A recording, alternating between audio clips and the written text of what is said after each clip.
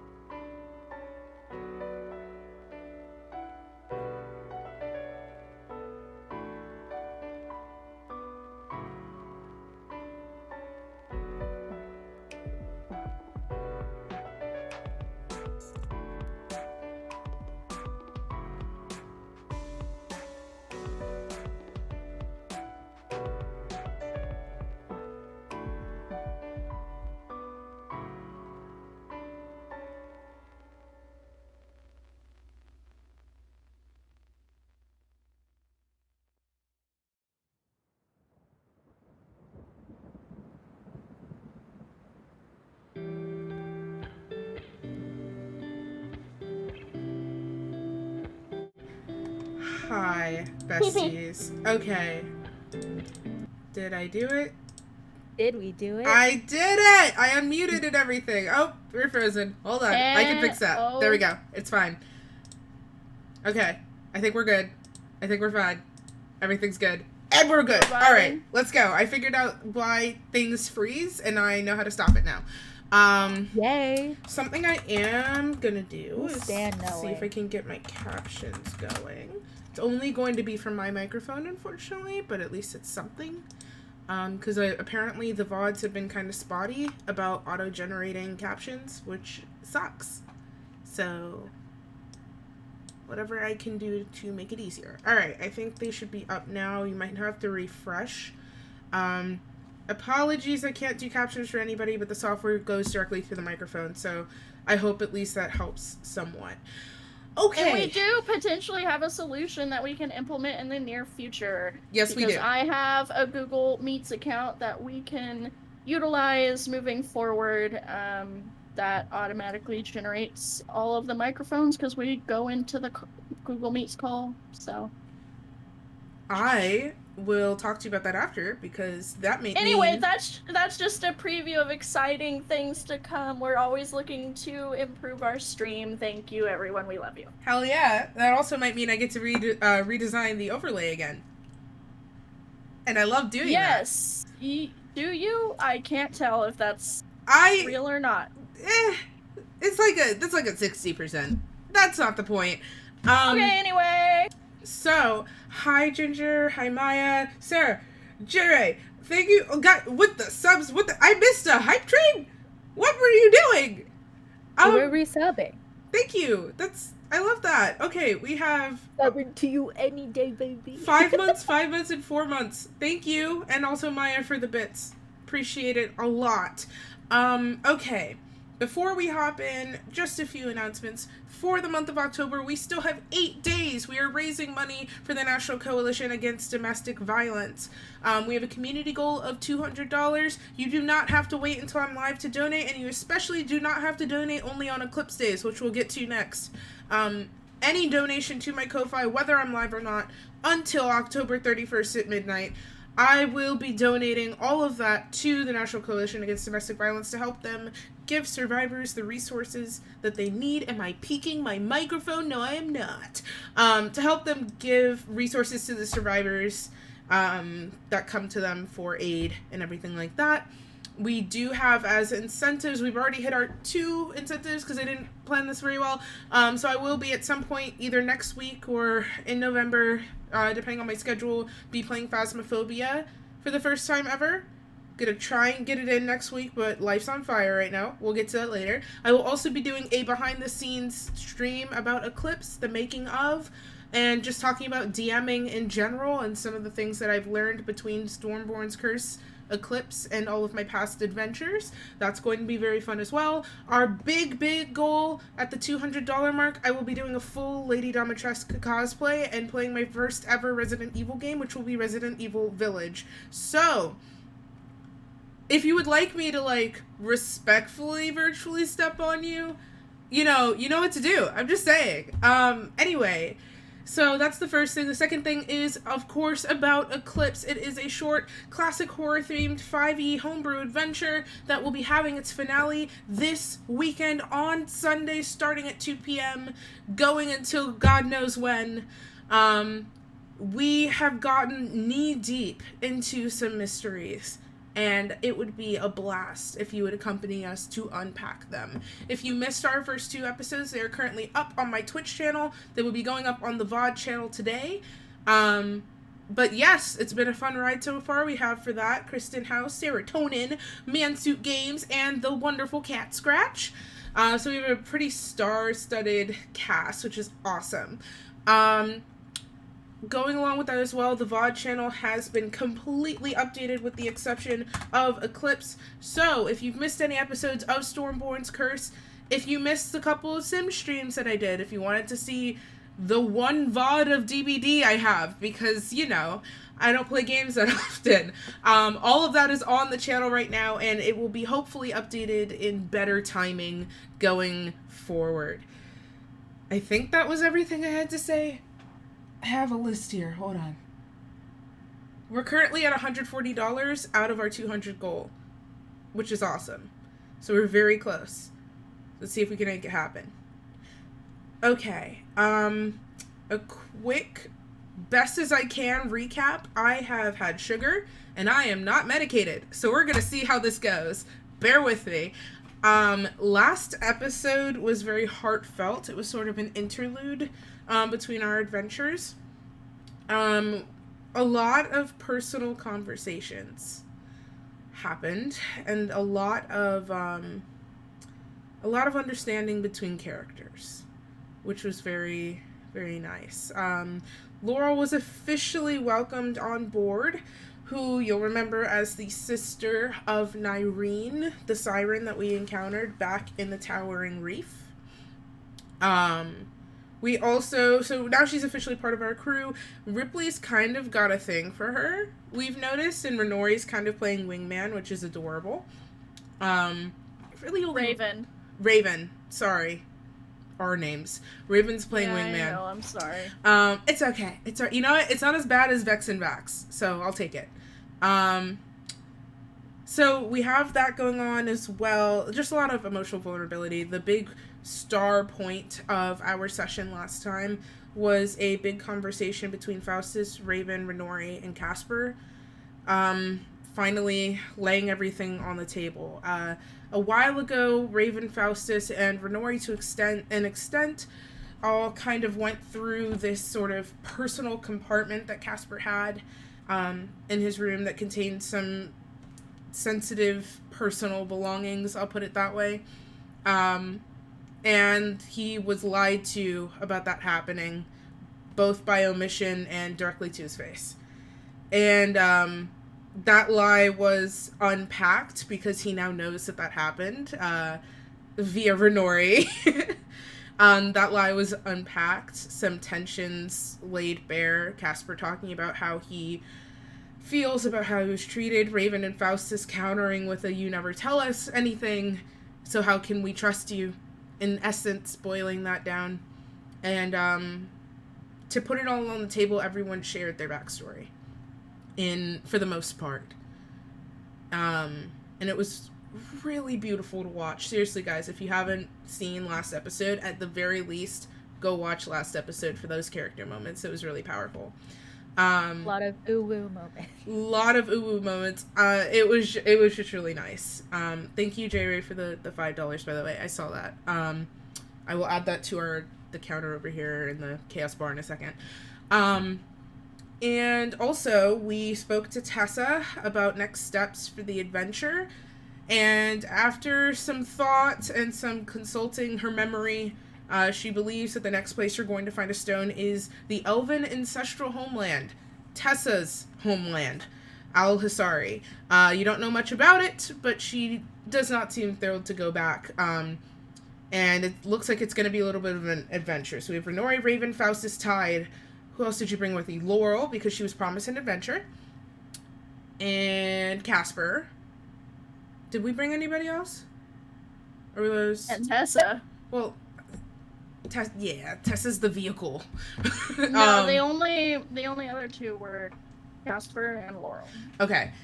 So with that, under the light of the moon, everybody gathered all of their belongings, and we all went out onto the deck of the Seahawk to kind of one last look around for the current time being. And Tessa joined hands with everyone, and in a flash of silver, you all disappeared from the deck of the Seahawk. And that's where we're picking up today. Da, da, da. All right, let's get into it. So, all right, kind of, I have to also, I hope the noises aren't too loud. I'm getting into using ambiance and stuff because it's fun. But let me know if the volume's overpowering everybody, because I can't tell on my end. So, it is dark on the other side of the teleport spell. For my dark vision folks, your sight quickly filters into the swirls of gray and black that you're familiar with. For those without the sight, you can hardly see your hand in front of your face. The faint music of wildlife echoes faint in the gloom. Bits of silver light melt down through the leaves from the moon above, but for the most part, the canopy interrupts her gaze. You all look around and take stock of each other. Everyone seems present, a little disoriented. The ground seems to move in gentle waves beneath your feet, despite you knowing it to be solid. Sea legs take a little while to shake off, and Casper kind of leans in and whispers that to you, that the feeling of the ocean will fade in time. You all look around, and it's kind of, there's a light fog that clings to the air here and kind of obscures the general space between the trees. You do see some small creatures kind of darting through the underbrush, but for the most part, it is a lively quiet. Now, Tessa looks around, and she looks visibly on edge. She's got her staff in a sort of white knuckle grip, as she takes slow stock of everyone, ensures you're all alright, giving you each a hearty nod, and then she turns and looks up. And the moon seems to wink and kind of fade in and out just for a moment as she gazes up. And she presses 2 fingers to her lips and raises them to the sky. And before she drops her head into a bow and begins to mutter quiet words. They are in Elvish. Do we all know Elvish? Was it only Tide that didn't? Or does anybody not know Elvish? I think also Faustus does not know Elvish. Faustus! Okay, cool. Elvish? I know Elvish for sure. Oh. Yeah. I know Studied in Elvish. arcane college. I gotta know Elvish. Okay. I am an elf, so. That will do it. Yeah, also, wait, do I know Elvish? Double, Yes, I do. yeah, everybody Alright. just Don't double fool check for me. and think you don't and actually know Goblin. Anyway. Yeah, everybody just double check for me. Does anybody actually not know Elvish? I know Elvish. Faustus? I know Elvish. You do? Okay, cool. I sure do. Alright, so, okay, well, this makes it a lot easier for me then.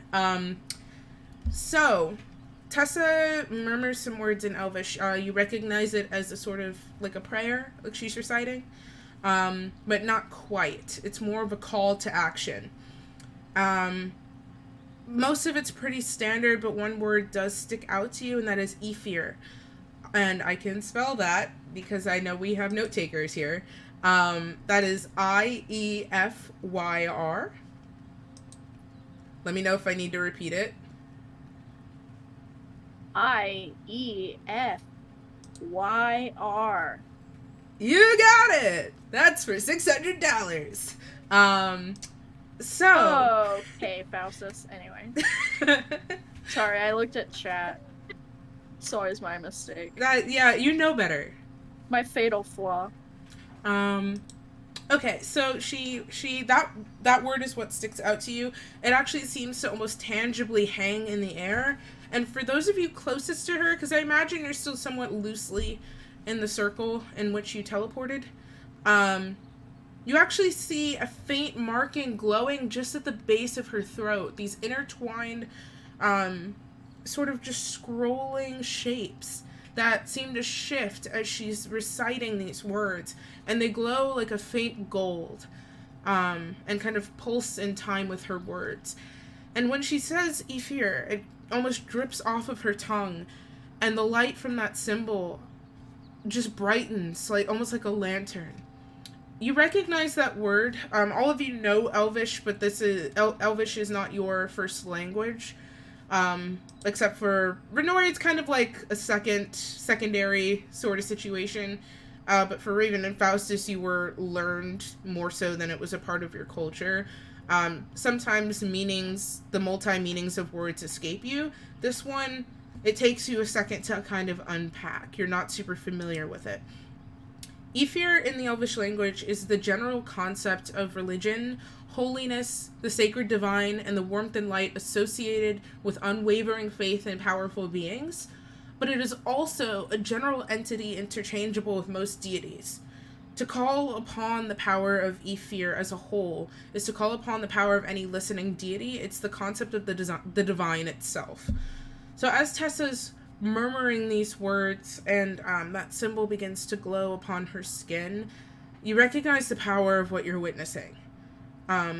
Elves don't necessarily use that lightly.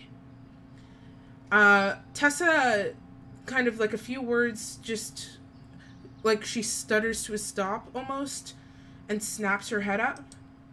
And then she relaxes her shoulders. And, what languages do we speak again? I speak Common, Elvish, Goblin, and Undercommon. Right. Common, Elvish, thieves can't. Sorry, I was muted. It worked out anyway. Abyssal, Common, Elvish, Infernal. Okay, she'd probably stick to Elvish. I was trying to see if there was like a common language between y'all, but Elvish is the big one. Okay, so she murmurs a few words quite quietly, and she says, "Do not move. We're being watched. Just act natural." Is it natural to not move? Just trust me. She slowly turns around so that she's facing you all again. And you see her eyes dart up to the trees behind you. And it looks forced, but she does kind of like, she drops her shoulders. She approaches you all. And she holds out one of her hands, like the other hand is still clutching her staff. She holds out one of her hands and she says, "Put your hand upon mine, quickly." All of us? All of you. Renori listens. And in. Raven. Hand in. Okay. Do Laurel and Casper also? Yes, ride on it? yeah. They're probably like the last ones on the pile. You know how like Wildcat. They're the last ones on the pile, and then Faustus slips his hand out and puts it on top. Okay. Your hand lands on Laurel's because hers is at the top of the pile. And her eyes kind of like she looks at you a little bit like startled. You know how when you put your hand in front of Raven will step on Faustus's foot. Hard. Like not like Faustus, like you get stomping stomped. on it, No. but like her heel just kind of like slowly increases in pressure against his toes. Looks at Raven. Looks down at his foot. Klutz. Looks back to the hand pile.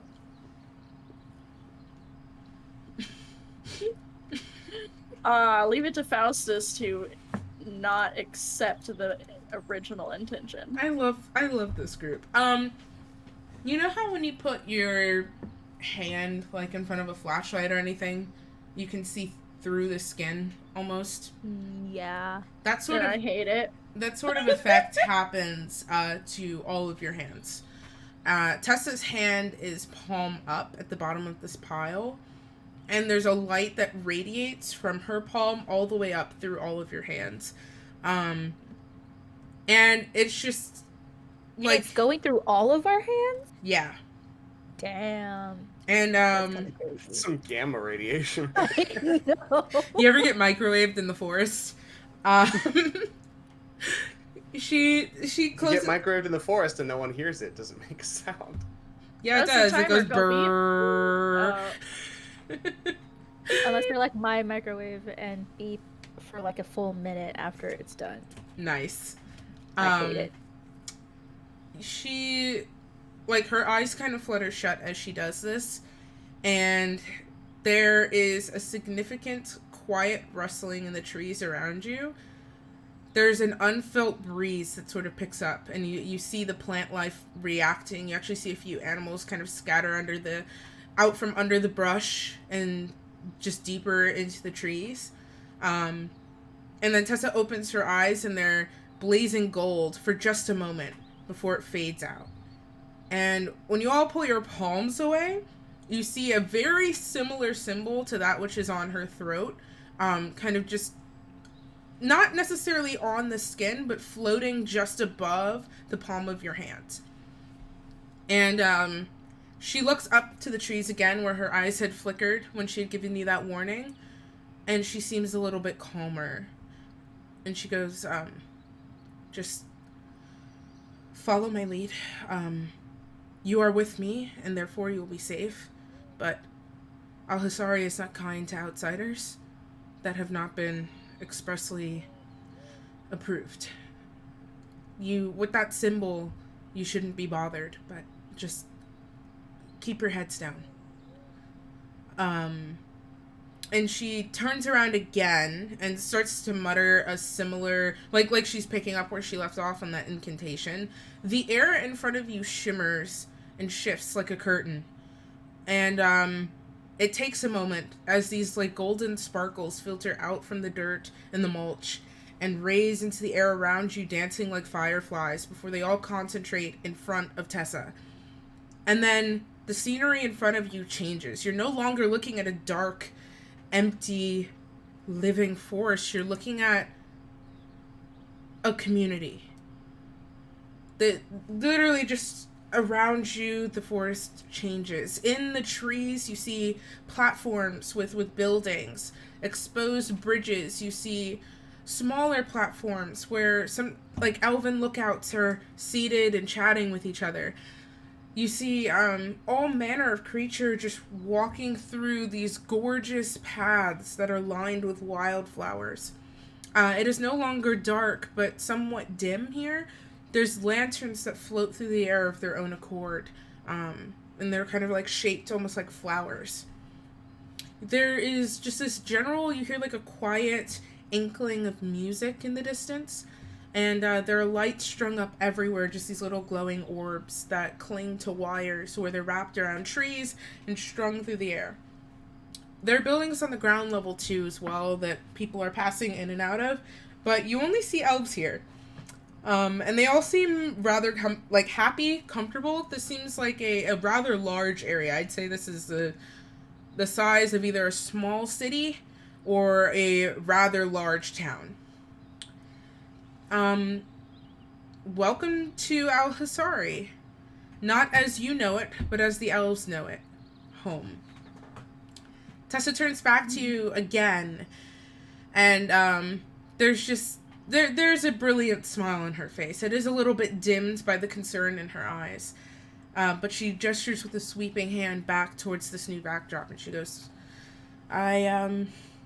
it is my express pleasure to, although I don't want to be here necessarily, but it is still a pleasure nonetheless to welcome you to my home. And welcome myself. It's beautiful, Tessa.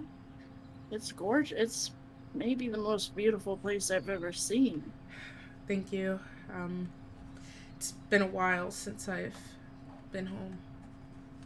And I'm sorry that it's hard for you and that we've made you come back. No, it's worth it. The safety of the planes, plus I have unfinished business I think is far overdue. Plus, Raven, sorry. Oh, no, I'm gonna just finish your thought real fast.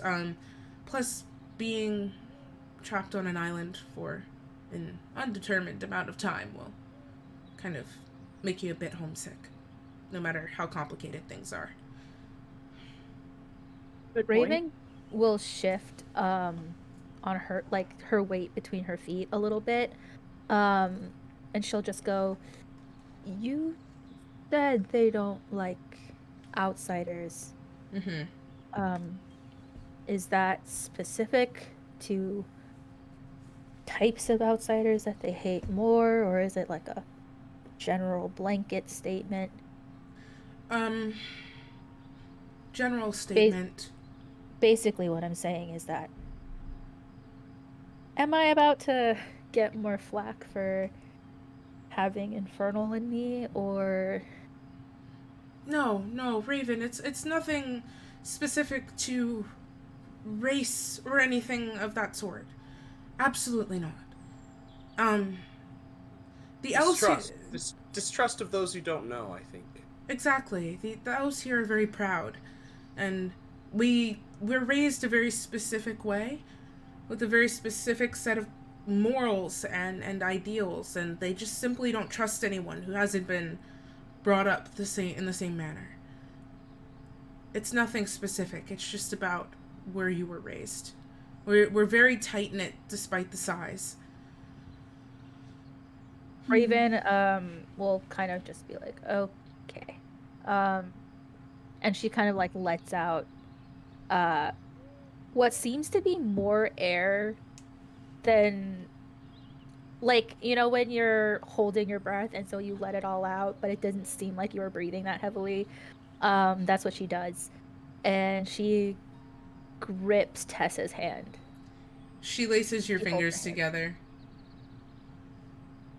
So, Tessa, Yes?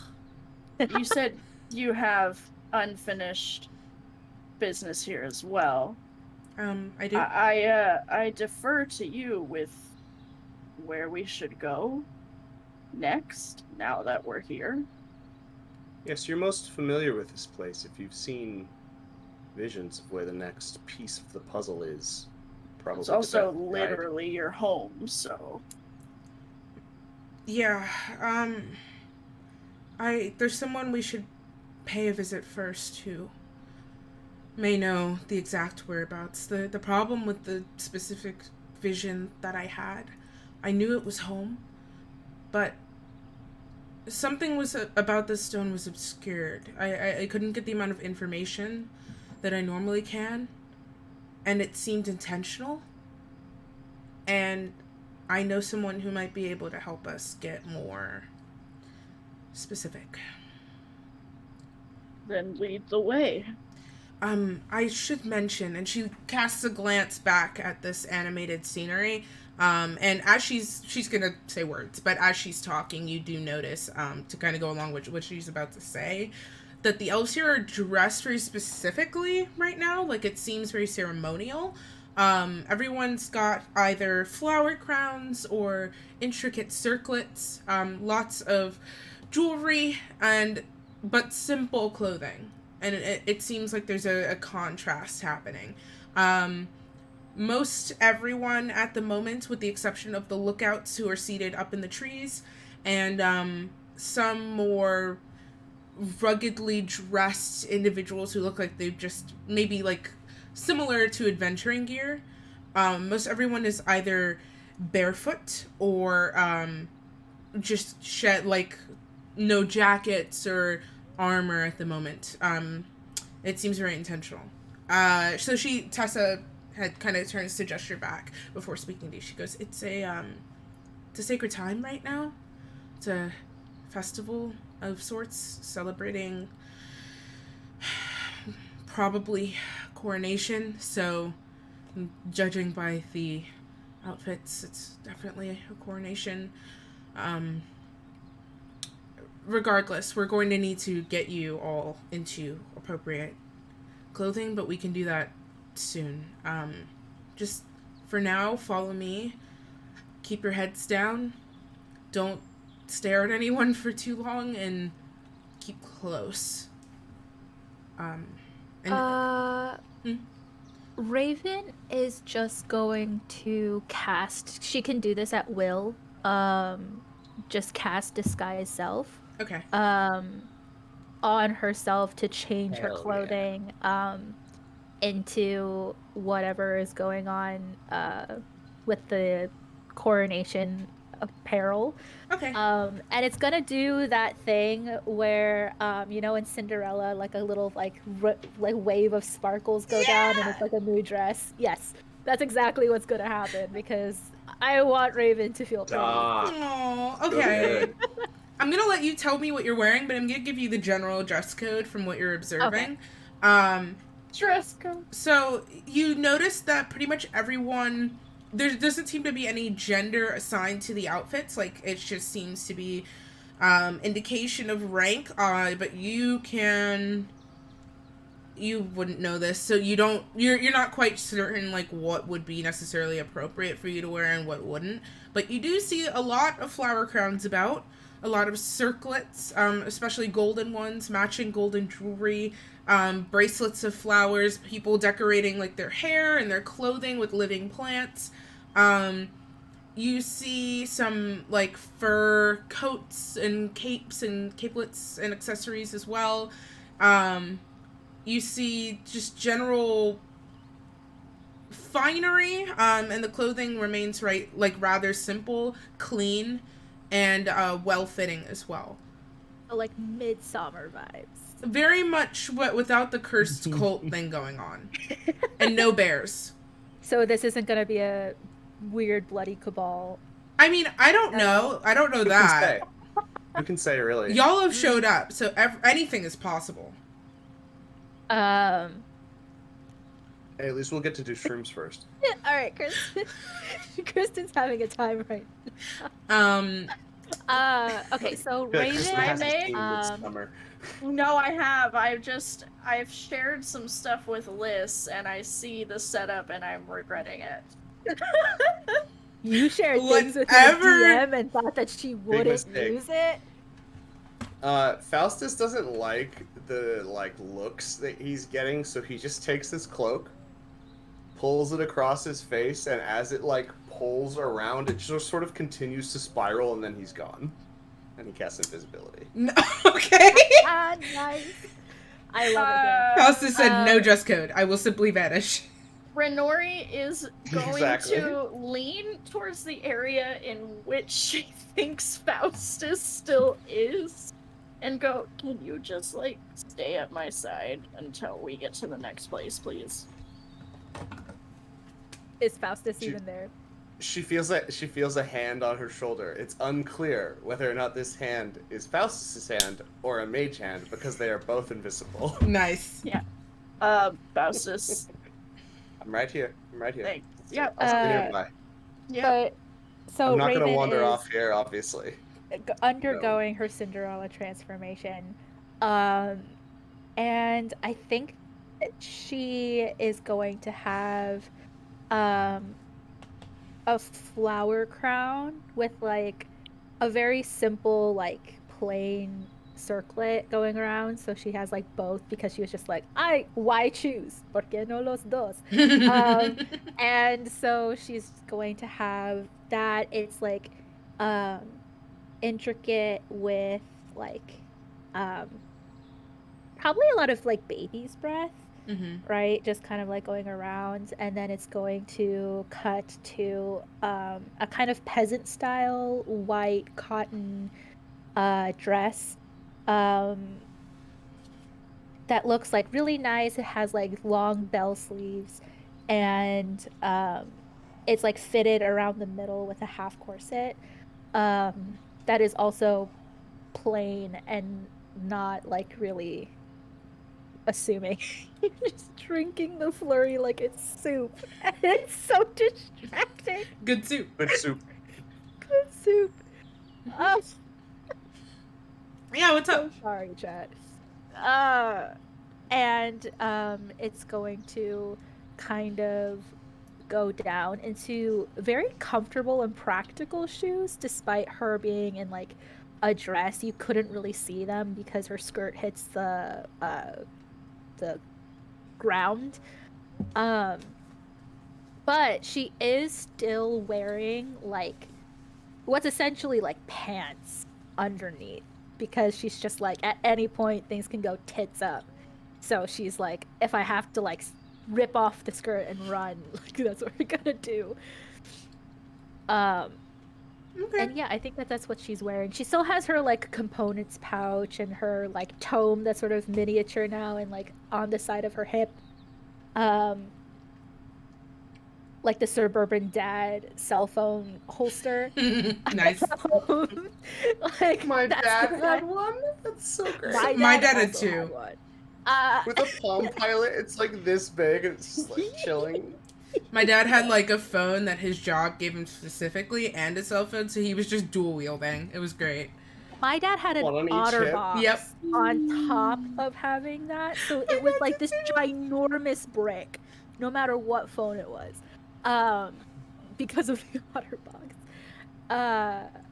But yeah, so she still has those things, and under her skirt, around her thigh, is now where her little holster for her dagger is. So she'll okay. just do this sexy I'm Nice. just gonna reveal my leg and die. You die. You ever just die of ankle exposure?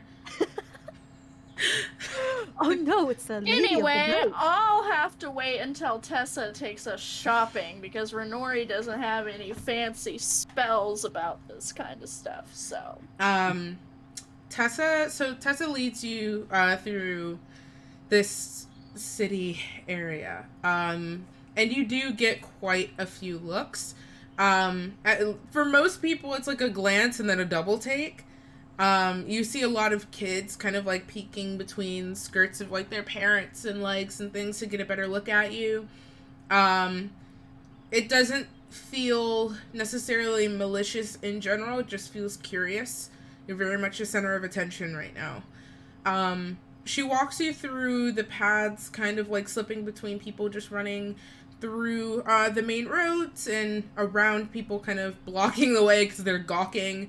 And she takes you to, there's like a small little, one of these little buildings that's everywhere, but like a lot smaller. And it's got an intricately carved wooden door that seems almost flush with the rest of the walls, and a large like brass knob, and she turns it and it clicks open gently. And she goes, hello? Is anyone home? And it's dark in this room. And you're all able to file in. It's a good size, like, one room sort of establishment. And you see mannequins everywhere, some with like proper finery, some with more general clothing more suited for adventuring, but you do notice it's rather nice to kind of get dirty like on the road. Probably very distinctly elven in nature, but probably similar to the kind of outfits like Raven's wearing. Like Raven always has, or like her clothes are always on point, and not necessarily traditional for adventuring, you know what I mean? Kind of a lot of that vibe. And Tessa kind of like clears her throat a little bit, goes, I brought customers if you're here.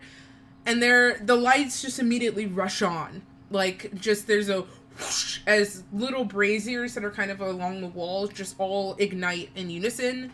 And you actually see now in the better light, there's like a rug strewn out on the floor, a little table, and like with like a little tea set and everything, and there's like a small couch. And there is actually more to this building. You see like an area of the wall that very clearly has like a line in it, like it's almost a hidden door. It's just hidden badly. Tessa rolls her eyes and she walks up to that outline and she just smacks it with her staff a few times. And there's a huffy coming, and there's a click, some cursing, some grumbling and shuffling behind that door. And then kind of backing up out of that door is a beautiful woman.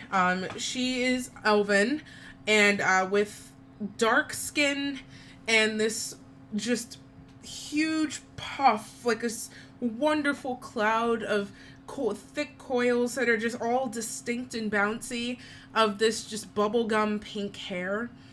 And she actually kind of has it pulled up into little like buns, but they're mostly the curls are mostly falling wild.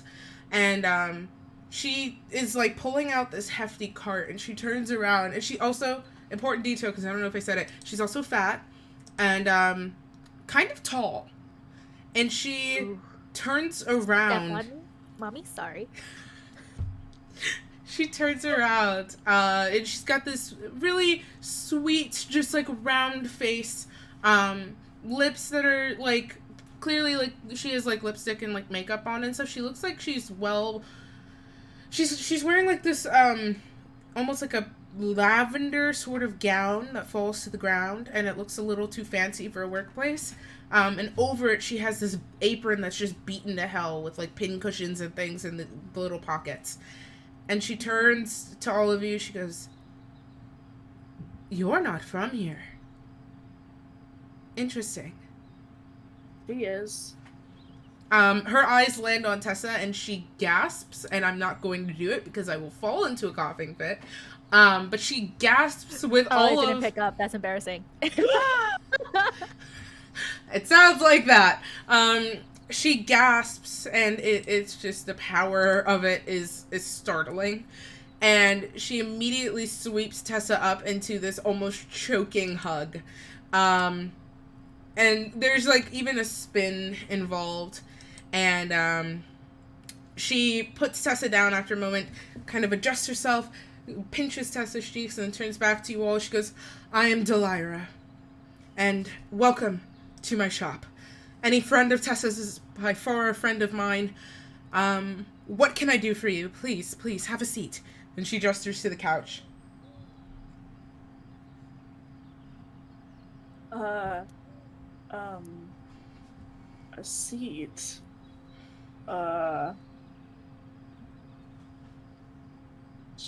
Sure. Renori, having only had like one other shopping experience in which sitting was not really involved, like awkwardly sits down. Casper probably would take the seat. He actually sits on like the arm of the little couch, so he's next to you.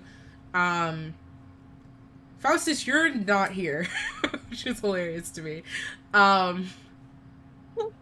Raven. Faustus, reveal thyself. Doesn't seem like the right time. Doesn't seem like the right time yet. That's fair. Raven, what you doing? I'm probably just still holding Tessa's hand. So I'm like standing right beside her. Okay. Oh, also I forgot. This was in my brain, but I don't think I mentioned it. Raven actually grew out her hair with the disguise self, and there's like little daisies in it. That's so fucking cute. And now that her hair's long, like you can see there's like a little wave in it naturally, because it's usually just like short at her like chin length, so it's straight then. I'm not having emotions. You're having emotions. This is fine. So things I didn't think would break my DM is describing little. Yeah, I just Raven's been through it. Okay, she deserves some flowers in her hair. The DM is not ready for the choices I'm gonna make, so. Oh no. Oh boy. So she, Delira kind of, Raven, she looks at you, and then she looks at Tessa, and then she looks down at your hands, and then she looks back at you, and then she looks back at Tessa, and then she looks back at you. And I think that Raven, as she's doing this, is just going to look at where her eyes are looking. So it's going to be like to Raven, and then she's going to just stare right back at her when she's staring at me, at Raven, and then like down to her hands like, yeah, lady, what's going on? Oh my goodness. I knew this day would come. And Delira does sort of like a sweeping curtsy. I don't... Knowing Tessa, and she gives her a sort of pointed, like, familial... You know, the glare that, like, people give you? And it's, like, specifically, like, aunts, grandmas, and moms are really good at it.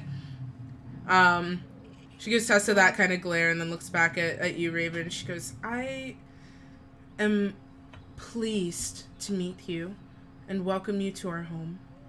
And, Faustus appears. All right, this is a lot. Faustus just appears out of nowhere. Yeah, Raven was also doing He's that not. like, awkward, Before he didn't want to be noticed. Now Oh he my would like God. to be noticed, That's please. so funny. Okay, excuse me. He just appears on the other side of Tessa. Delira, pulls out a dagger from a holster on her thigh.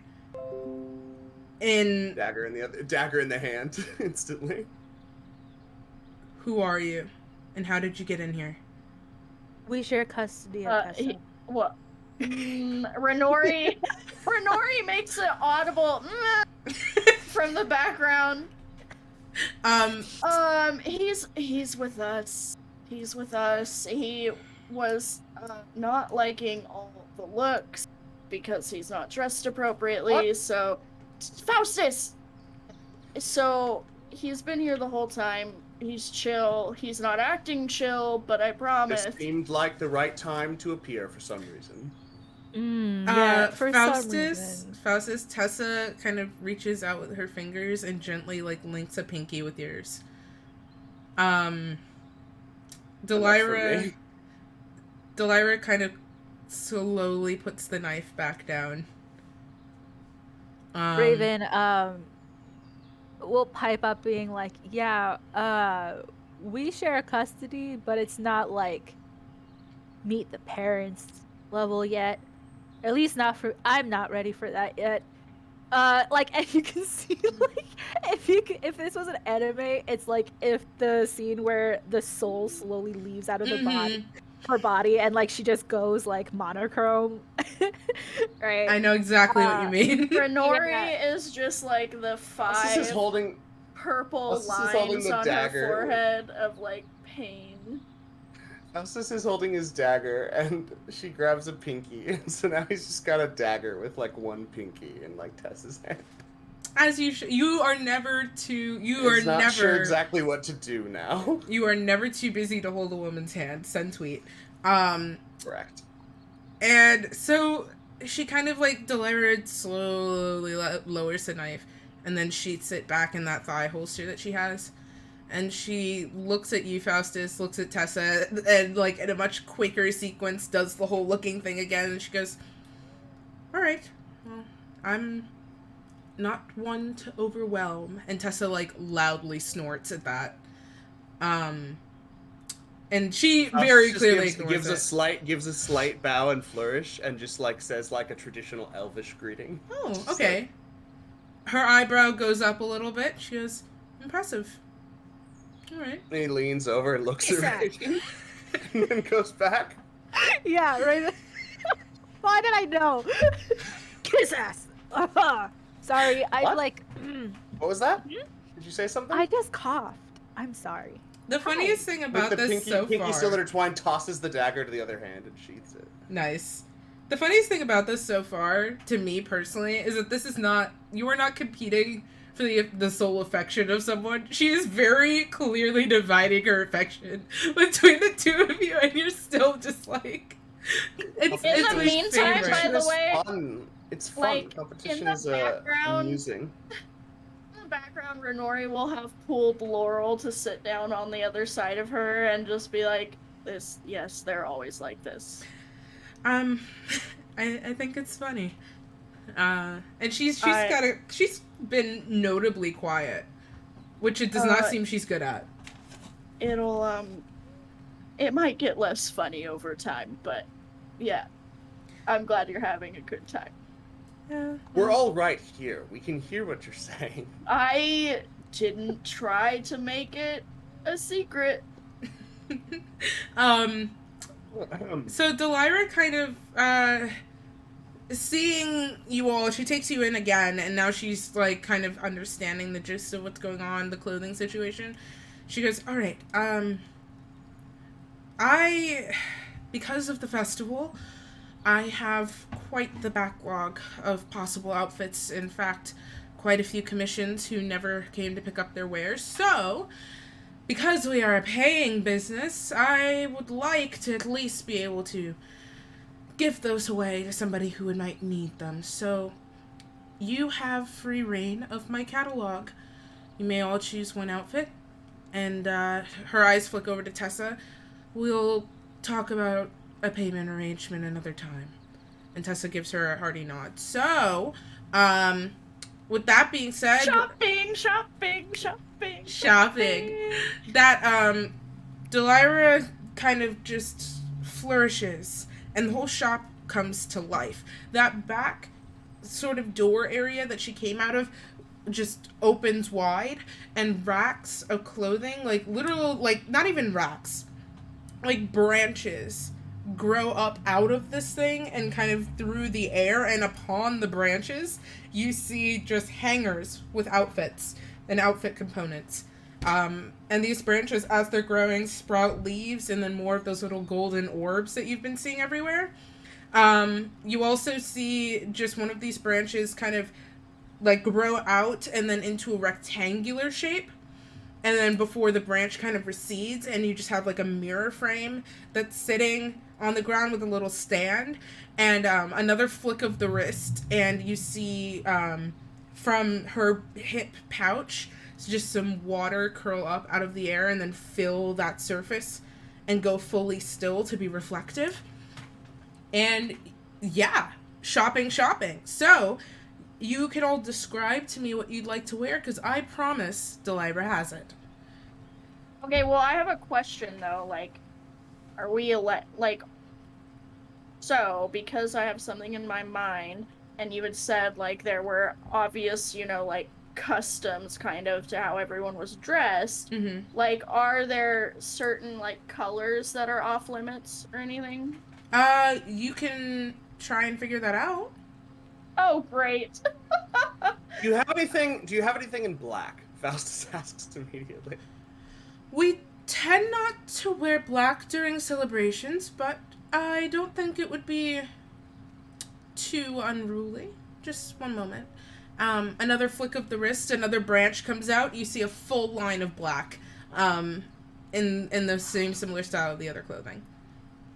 So it's like, what is the it's like gowns, right? Like, So it's you're like chic midsummer gowns, not colty, but the same kind of like cottony kind of vibe, or yeah, like very much. I'm trying to see if I can find like definitely simple medieval, like not really anything fancy in the clothing. It's just you note that there's a lot of coloring happening and simple on the clothing specifically. Like there's a wide range of bright colors, and they're all like embossed somehow with either gold or silver, primarily gold. But for the most part, nothing's really off limits. Like it's not like formal wear. If anything, the fanciest part of these ensembles is definitely in the accessories. So no party prom? Not yet. Ooh, wait. okay. So Thought in my Faustus, you're on a roll. You go. Hold on, we're getting there. Um, I'm doing things. yes. While Faustus is doing things, Raven, you're already dressed. Renori, are you waiting? Or I like, do you saw have anything Faustus. in idea?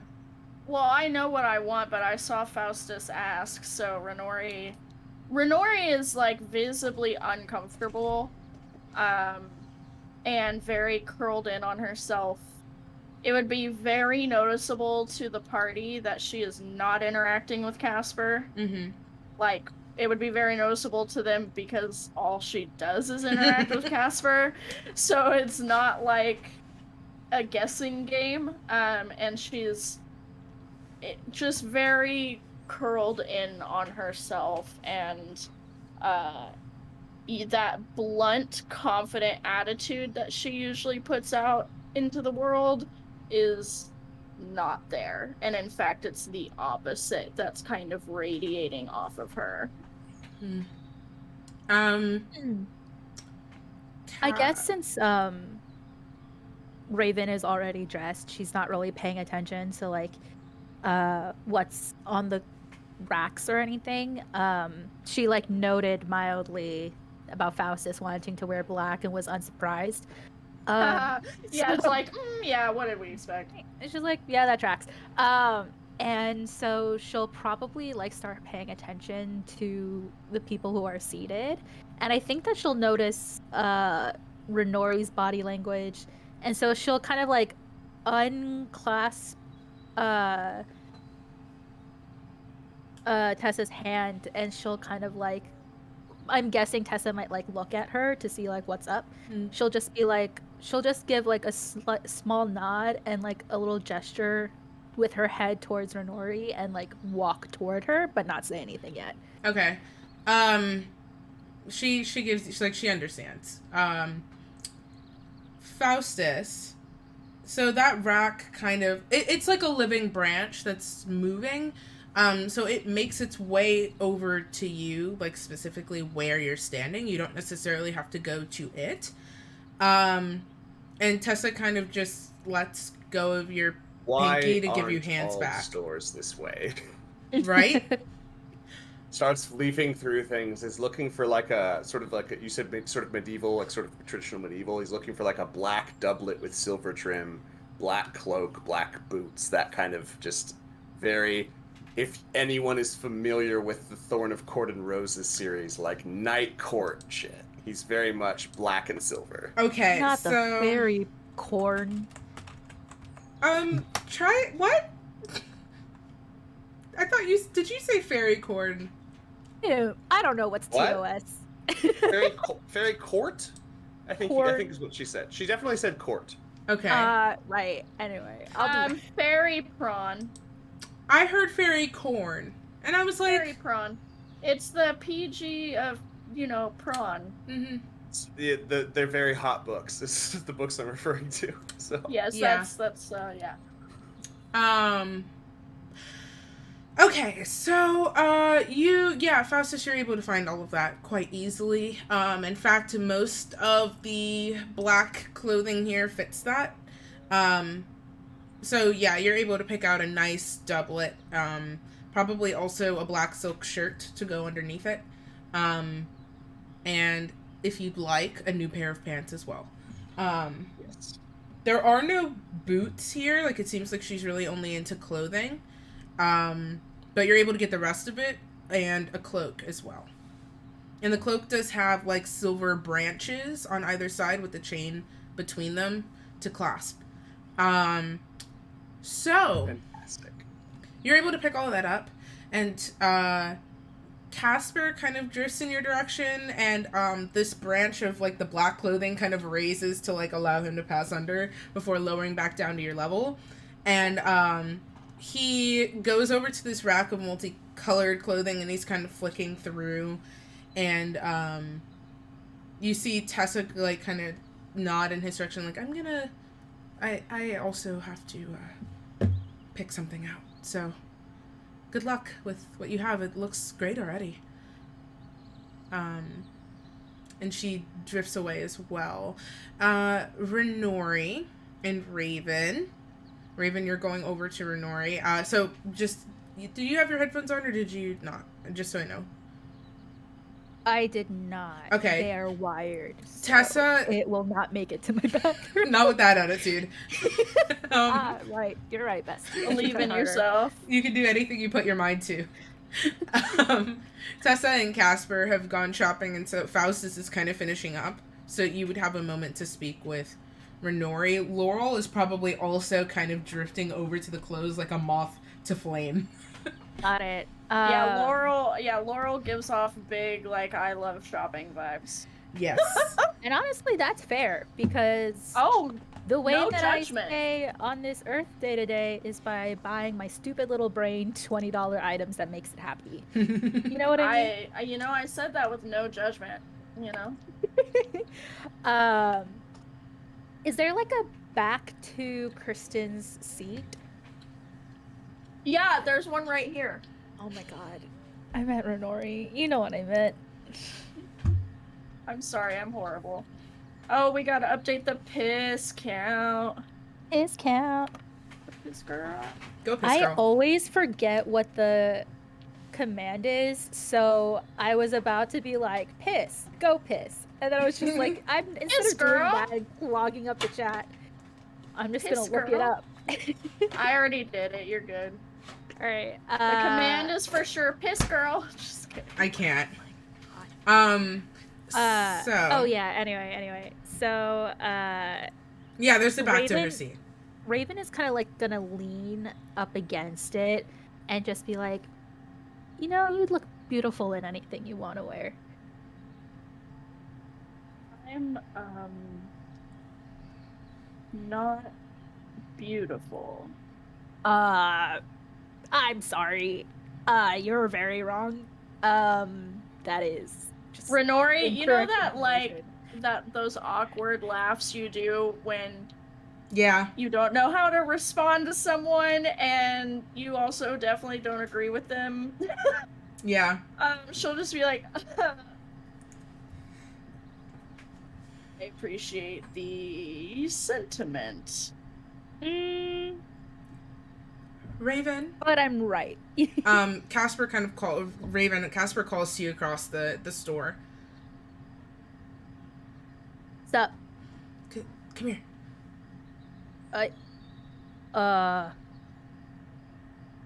Raven's gonna like look down at Renori and just be like, "I'll be back."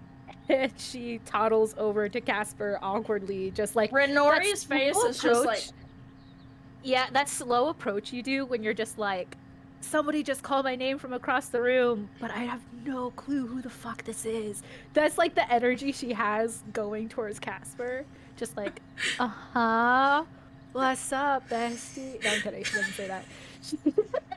She just goes, Okay. hey, Um, what's up?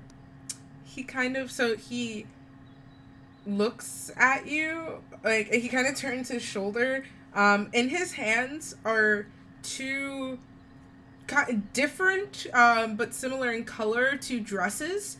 Both this, like, dark, very, very dark purple, almost black, but not quite. One is a little bit more fancy with the sort of like off the shoulder and bell sleeves, and a darker corset with silver designs on it. And then the other is very similar to what you're wearing except floor length. And he goes, which one do you think Rin would like? I am saying that Jin Chat has your answer. Oh no. Well, let me look at that. One of It's those like, dresses it's might magically change before your eyes. Hold on. amazing. Wow, one of the dresses changes before your eyes. Oh my god. The other Yeah, dress. one of the first It one was you pretty close. described is.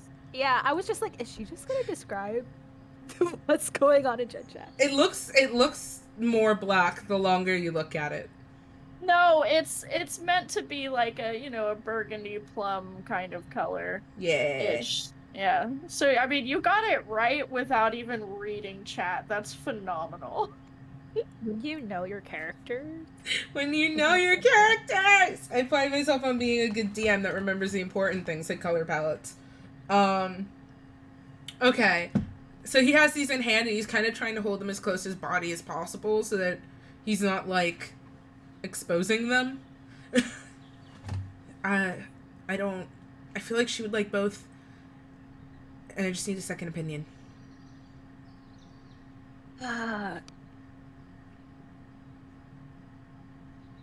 I mean, this first one looks nice. It's just like, why are you picking out what Renori's gonna wear? We had a separate talk than the one I had with you, her, and Faustus, and I just, and we're still in a weird spot emotionally right now, and I'm not trying to tell her what to wear. I just know that House she's is feeling literally like peering between two sets of black clothes. Nice. Just, like, Can between listening can to this conversation. Hold on, I'm gonna do I roll know perception real quick to see if you see Raven him. sees. If he's just Casper's still going like Raven all I of a sudden loses her eyes. I don't. I'm It's not trying to advised, tell her but what to not. wear, but I know she's feeling down, and I'm hoping I could, like, maybe help her feel a little bit better about herself, maybe. Just, showing her I care. By picking out what to wear, like she doesn't is an have to inept wear. toddler? No, she doesn't have to wear it. But I mean, all of us are looking, and she isn't. And I was figuring if I brought her something and she doesn't like it, and maybe real she'll. quick. Yeah. Approach me like you're like I'm Renori, right? What are you about to say to her? Okay. This like okay. So Run like it you're by me real Renori. quick. Mhm. Okay. Oh, I'm getting yeeted into another plane of existence right now. Ren, you're really beautiful, and you always have been, but I feel like you need to hear someone say it now more than ever, and I want to let you know that you're very important to me, and I saw this and I thought of you, And obviously you don't have to wear it, but I don't know. It felt like you. And I think you deserve to wear something that's as beautiful as you are. Mm-hmm. Was that good? Raven is like, this is real heavy. In a level that's like not for her. But she also has like zero idea of what Renori would like romantically, so she's just like, all right, this is an experiment failed because for me, I would just want to get approached like, hey, I thought you would look really hot in this. But I don't. House's head sticks through the row of black clothes. He's like, "Yeah, Raven's is better. Go with that." and then pulls back. But, right? That might be a tad too casual for Renori. I would go somewhere like in a happy medium, not necessarily implying that she always feels ugly. I wouldn't do that as much. You don't know you're beautiful. You only know if I tell you so. Oh man. Anyway. Casper is looking at you with just these wide, fearful eyes, like, just be like, hey, I think you're beautiful. I think this dress is beautiful. I think you would look beautiful in this dress. And just kind of leave it open. You know what I mean? Yeah. I hear you. God. I would remove all of the stuff about like you need to feel beautiful because she's already beautiful, whether she feels it or not. And also, it kind of implies that you think she feels ugly. You know what I mean? Right. Yeah. Right. Okay. Yeah. And then he takes it and kind of like drifts over to Renori looking a lot less sure in his step. Renori, you see Casper kind of like he has Vin something. is not even looking. She's just like pinching her nose bridge, just like I can't even look to see if this will go well or not. Renori, you see Casper with something clearly behind his back, and he like kind of slowly strolls up to you very awkwardly. Hi.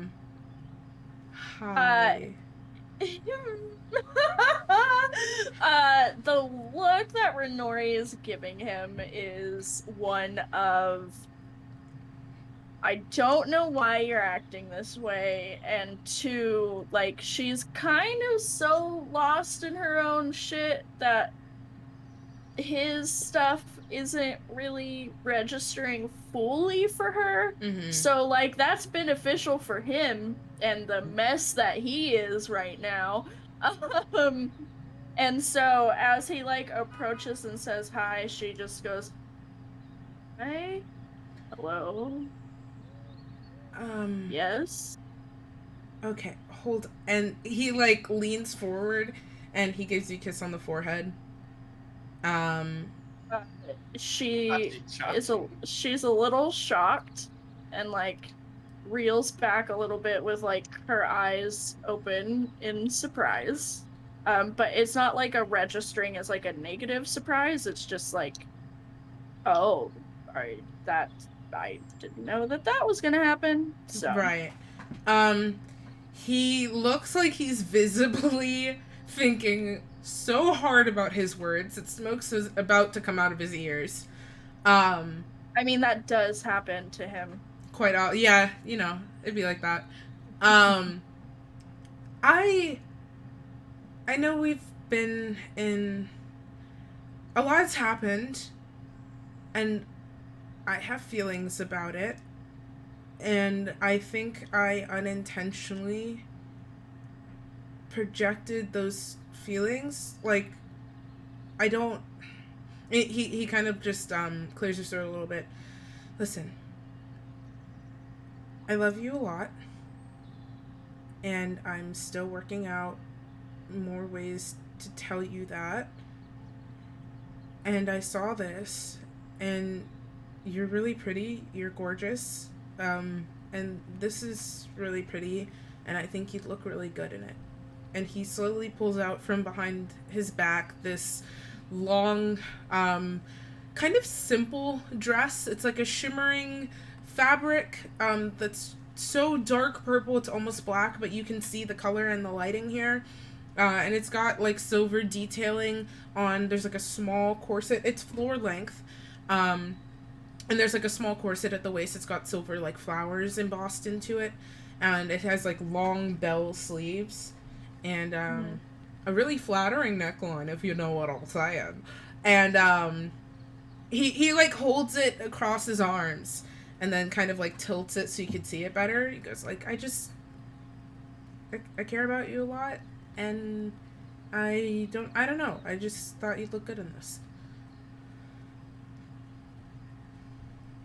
You don't have to wear it. I'm not telling you what to wear. I don't want this to seem like I'm sorry. Never mind. No.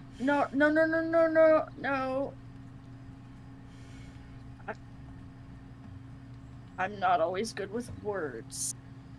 So I just need you to not, like, panic word vomit on me because I'm taking a second to say something. Okay, yep. Thanks. I don't think that you're bossing me around, so don't worry about that.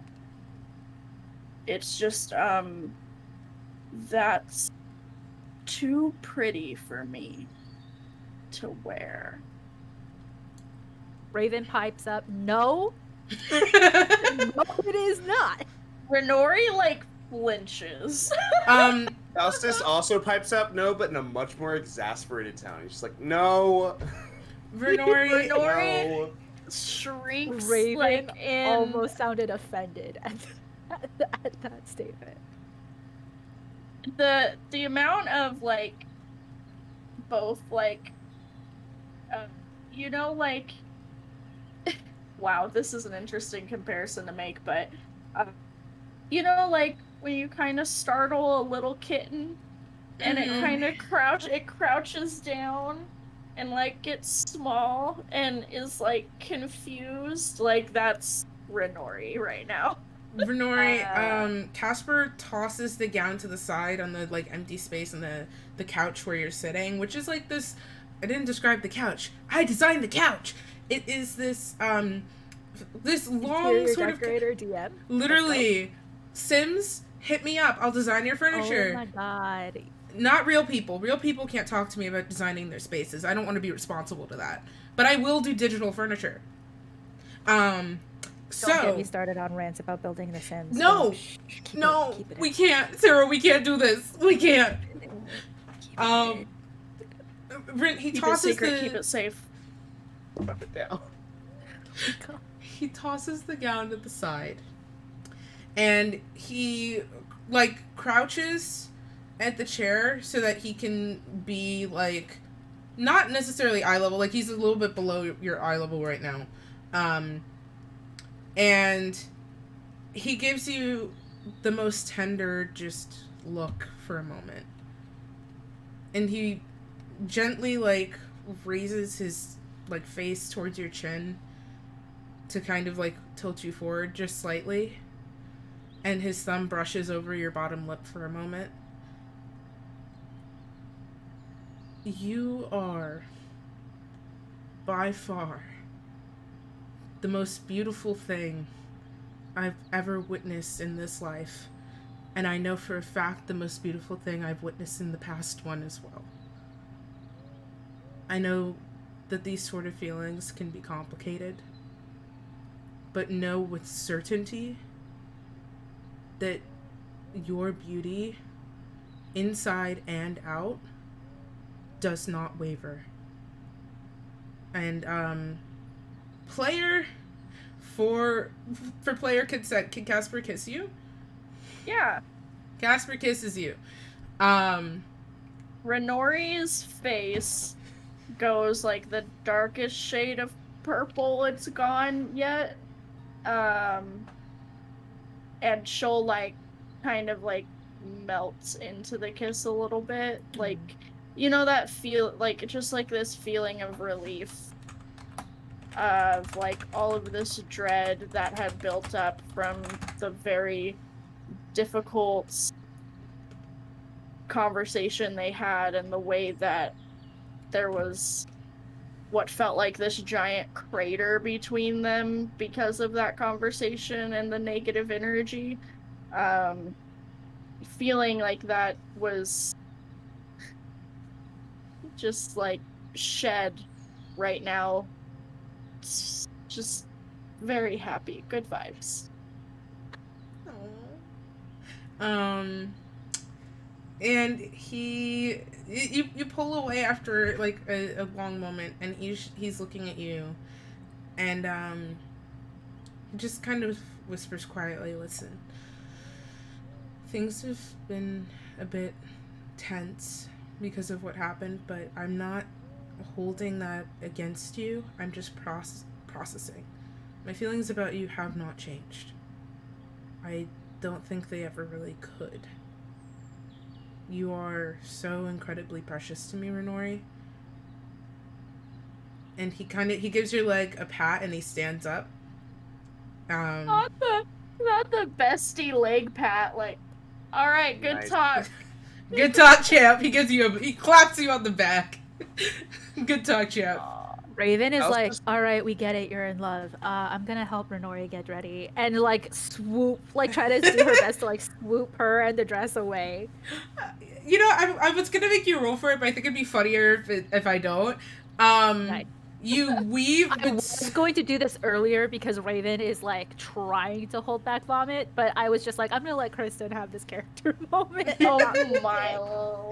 Yeah. Raven. Okay, so Raven curves her on one side of Casper, takes your hand, takes the dress in the other, and you are gone. She just loops. Yeah, Renori lets it happen. There's no resistance. And like once like her and Raven are like off on their own, on their way, like she's there. I'm assuming like perhaps there would be a table shelf area with like flower crowns and the like. You don't see flower crowns, but you do see a small table with some jewelry on a rack. Yeah. You don't see the flower crowns that everybody has, though. There are some headpieces there as well. Headpieces? Okay. Yeah, so she would, like, look for, like, a silver headpiece that kind of, like, would go on the forehead and, like, spiral a little bit to back around the ears.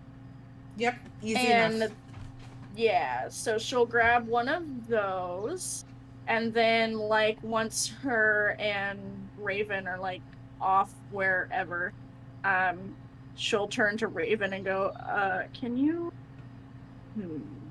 help me get my hair out of this ponytail and, like, brush it out a little bit? Time for some lore. Raven, to try to have the other kids at the temple not hate her, had to get really good at braiding hair. And like doing hair. So she's just like, if you tell anybody I can do this, I will kill you. Because of like the, you know how like if one person finds out you can French braid at summer camp, then like you're French braiding everybody's hair. Yeah. That's like the energy of that, right? Yeah. So she's just like, and like she grabs like a comb or whatever and like starts to brush out Renori's hair a little bit, and she puts it like in the half up, half down fashion, and like letting a nice waterfall braid kind of like go around the back of her head. And yeah, so she's like doing her hair. Oh, amazing. Okay. Just rolls his eyes. He's like, for future reference, I can braid as well. Do you want to join? For future reference? I mean, how many braids are we looking at here? You take one half, I take the other half. We could get this done in no time. Fine. And Faustus just like starts adeptly braiding hair. When the besties do your hair. Yeah, so the look Renori's going for is her hair is usually up in like a ponytail, with just a couple of braids in it already. So she wants her hair down for like the first time in ever, and her hair is long and like very wavy. And so she wants it mostly down, but like a few of those accent braids and the half up thing that was described as like the vibe she's going for. She wants to feel more ethereal than she normally feels. Are there no flowers around in the back? Not that you can see. Back here as well, so there's just like a lot of little changing stalls, but they're a lot larger than you'd expect them to be. Like there's plenty of room for the three of you to move freely, and in each stall there is a like a small table with like a little lamp on it, and the lamp's almost like a little cage with a floating orb, and then little cushions to sit on, and then also a trifold mirror. So it's like you have enough room in here to maneuver, and it smells like kind of flowery back here. It's nice. But Yeah, no like, flowers. when it comes to Renori, so she's elven, but that's not something she's ever really, embraced, because she's always been in a situation where it was kind of a ton of cultures, and no one culture in particular was ever super celebrated. And so she's never really been able to experience the vibe that's happening here in Tessa's home. Mm-hmm. And it's actually very appealing to her, because she's like, oh, there's part of like who I am that I've never been in touch with, and wow, all of these people look so ethereal, and I want to kind of like lean into that a little bit. And so that's what she's trying to figure out. Yeah, what's up? Yes, Sarah. Also, sorry, are there like loose, I guess, pearls or like any kind of like jewelry thing that can get woven into hair like that? Like You pins. see, you would have seen that stuff. There's like a little table on the outside of where all these stalls are. Like all of these stalls are in this secondary room behind that door that I had described in the back wall. So on the other side of the door, like back in that room where you were with all the branches, there's a small table with like little jewelry pieces and stuff, and there's like a rack of like would I be able thread and things to like that. just grab it with my mage hand without like really Yeah. having to go back? Okay, so then she'll use mage hand to Just jewelry grab floating it, in right? like groves. yeah, and like weave these like little like pearl pieces into Renori's hair, where like the loose braids are, like the sporadic ones. Mm-hmm. And she's going to kind of like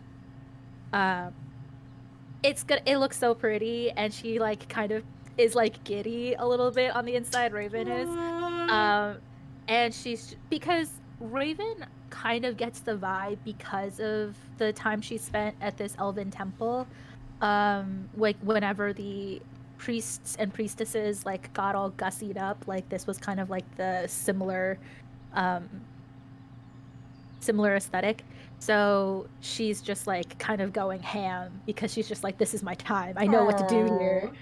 Bye, Chris. We love you. Thank you for stopping by. We miss you. Bye. I just saw he was in chat. Okay.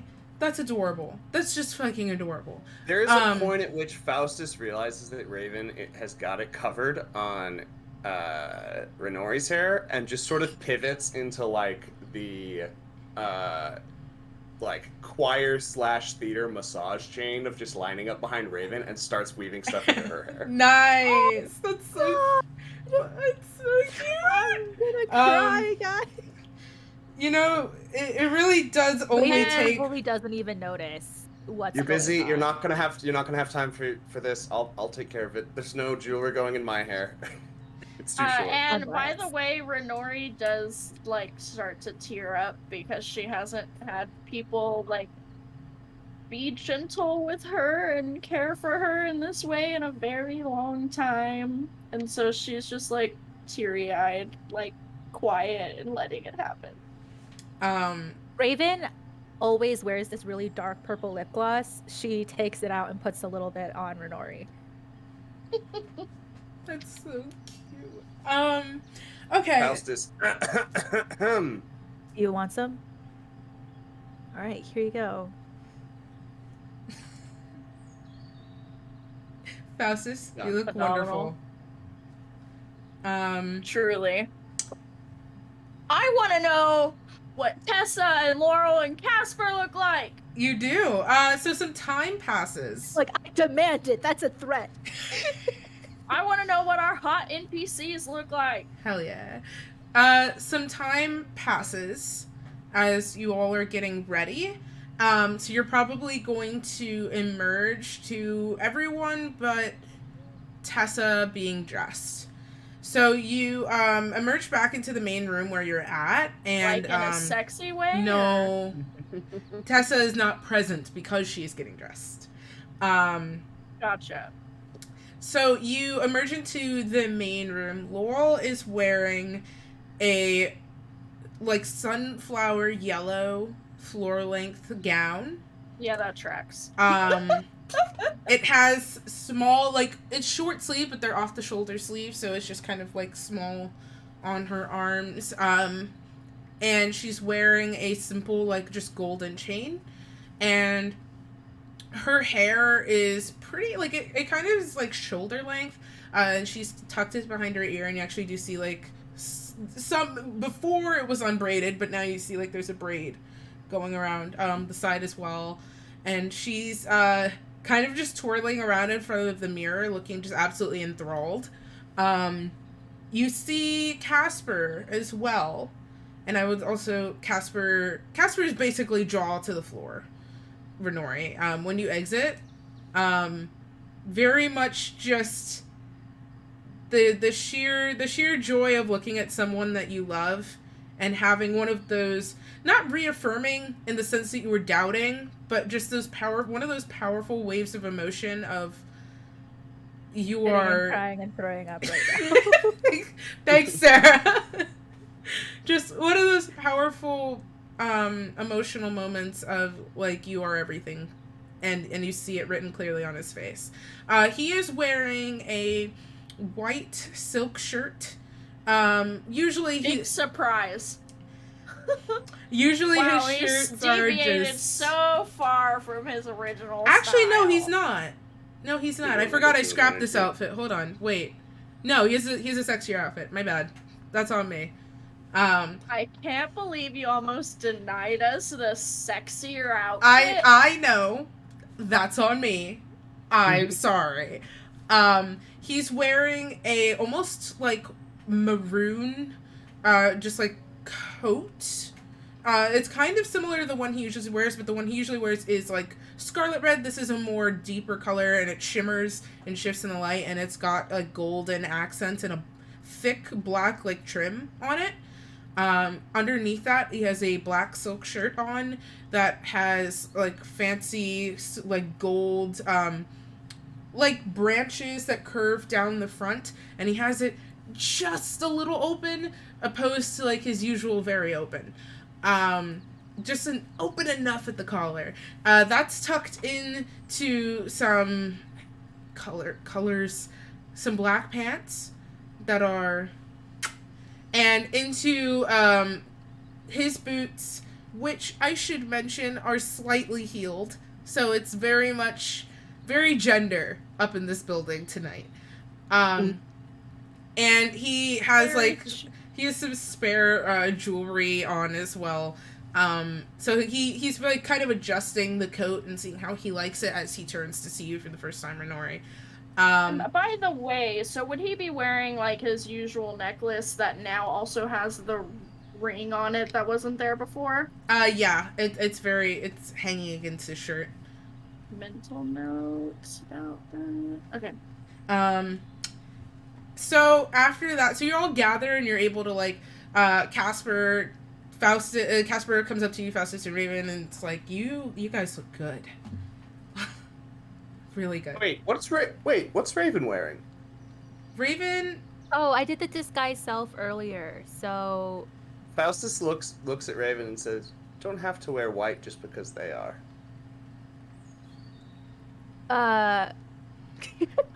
Raven kind of like pauses, and she's just like, I mean, I think it looks yes. good. I just thought that maybe I would, meet them more than halfway, you know? Because, and then she takes a nervous look at, like, very quick glance at Tessa, and she's just like, Tessa's not it's not so here. bad. Oh, yeah, she's not here. Uh, then, like, Raven kind of just, like, her eyes dart around the room a little bit, and she's just like, I just, it's not that bad. It's not that bad. Speaking of Tessa, there is a general scuffle, noise of scuffle from the back. And you hear some bickering in Elvish that essentially just amounts to go out there. I don't want to go out there. While the commotion is happening, I know that this is essentially a free shopping trip, but Raven would like to try to pocket rings anyway. Just like steal like an accoutrement of like various sized rings. Can you roll me stealth, not sleight of hand? Okay. They're the same modifier.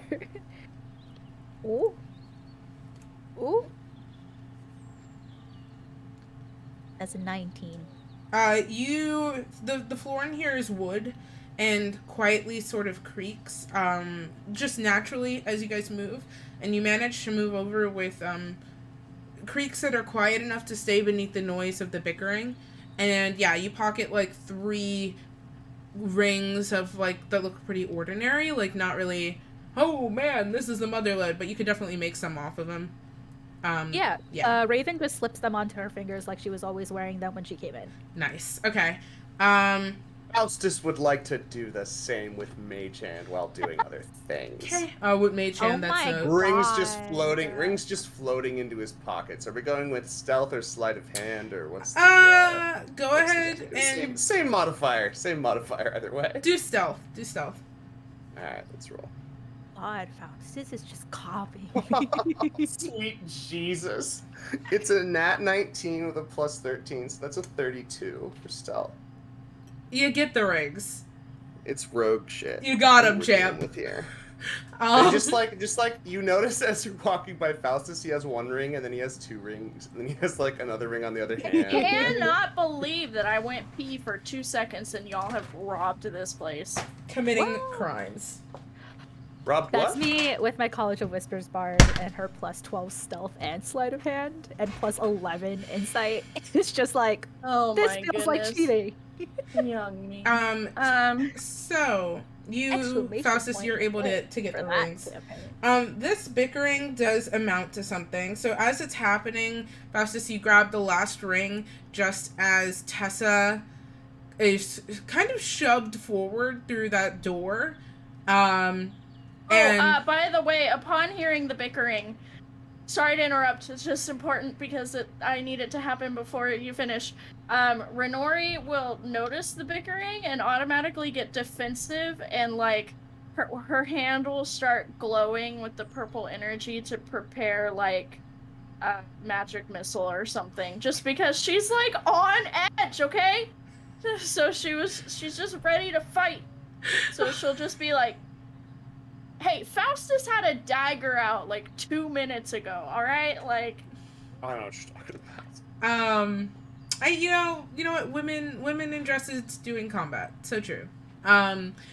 Tessa, okay, so your hand begins to crackle with energy, as the beginning bits of magic missile kind of gather at your fingertips, ready to launch, with a word. And Tessa stumbles backwards to the door, and she is dressed much more elaborately than the rest of you. She is as opposed to everybody else in this festival seemingly wearing more simple clothing, Tessa is dressed very elegantly. She is in a floor-length, kind of form-fitting blue gown that ripples in darker shades as she moves. Along the trim, there is silver design work that actually moves, like actively moves and changes along the sleeves and the hem of the gown, as well as the neckline, which dips down towards her chest and then back up. And she has so the sleeves are kind of short, like they're bicep length, but they also have the bell thing going on. And at her, like they connect back at her wrist, so it's kind of like a cape, arm cape situation. You know what I'm talking about. I'm right here with you, bestie. Right here. You get me. Yes. Her hair is up in, is her hair up? What would she have done with her hair? Her hair is not up. Her hair is out in full curls that kind of dip almost down to like mid back. But her hair is very thick and curly, and it's braided on the sides to fall down her back in these gorgeous coils that shimmer under the light. Her face, like her eyes, are dusted with a light blue and silver eyeliner. And you see those symbols that are always painted like on her arms are also just standing out as well, and the dress has slits, so you see her legs through it as well a little bit. And as she like stumbles out of the door, she kind of like turns around a bit to give just this scathing look at Delira, and she turn, like, you see when she turns around that the dress has like a cutout on the back that dips almost fully down to her butt. So you just full spine. It's a dress. And then she turns back around again to look at all of you. Oh, you look wonderful. Could I quickly make an insight check to see if there's any significance as to why Tessa looks more dressed up than everybody else in the city? Yeah, sure. Renori, meanwhile, in response to Tessa's compliment, will say, we don't look nearly as good as you do. That's a 24 for that insight. Okay.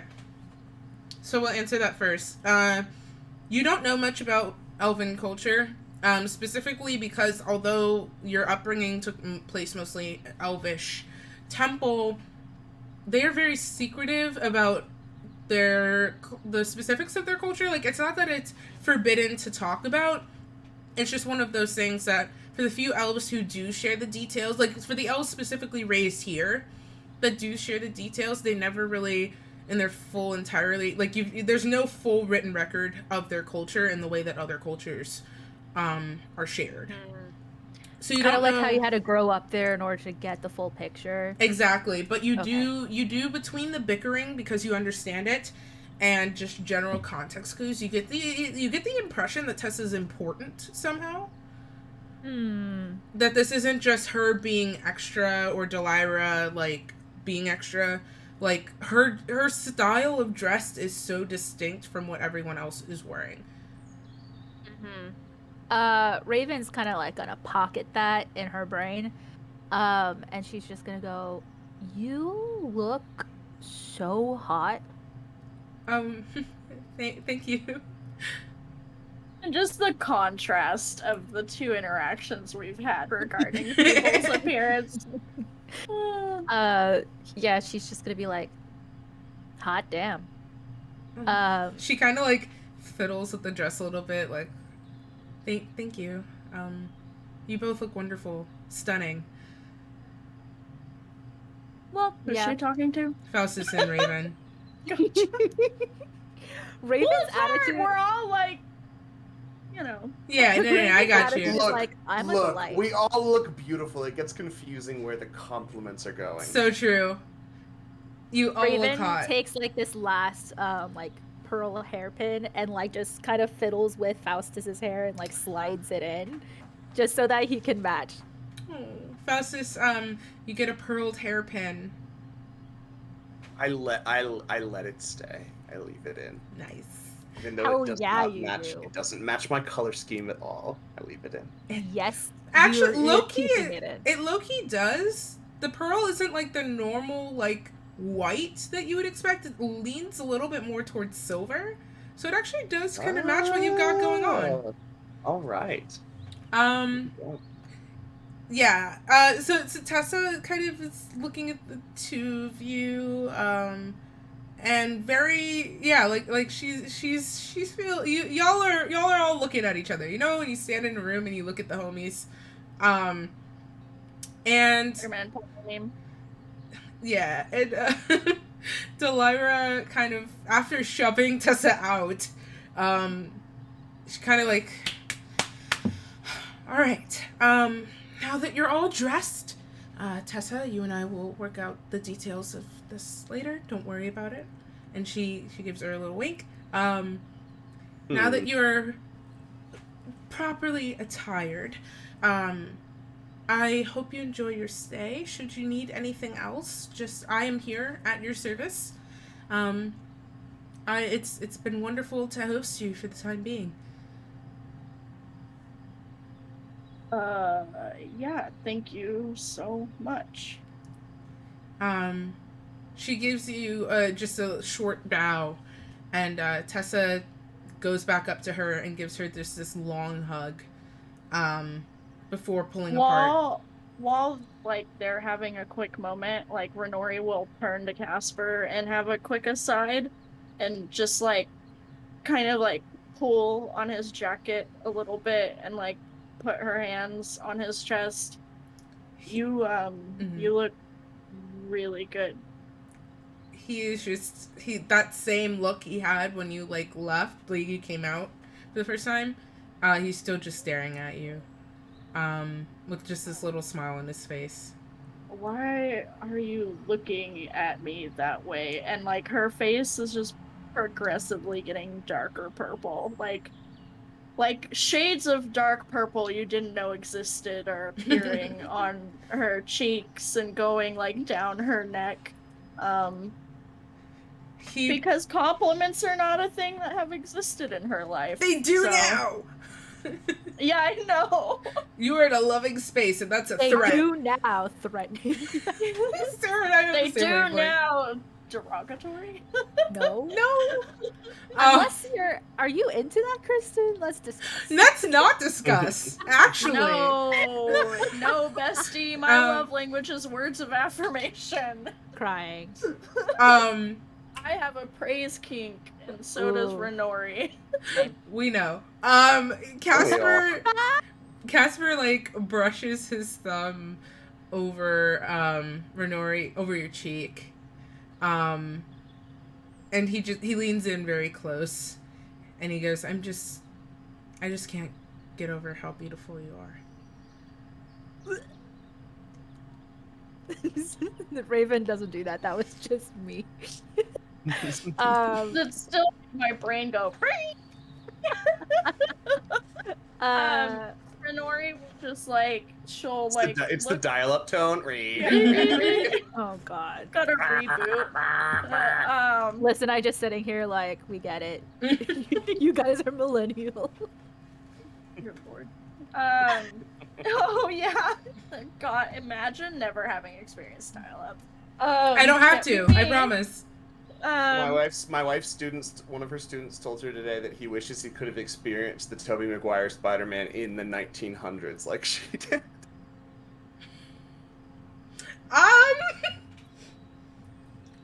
Oh my God. Wow. At least I'm not that young. Those darn kids. Wait, which Tobey Maguire Spider-Man? Let's discuss. No, we can't. We can't discuss. All of us have ADHD. Anyway, Renori, at Casper's beautiful, sentimental, kind words, will just like put her forehead like against his for a minute, and then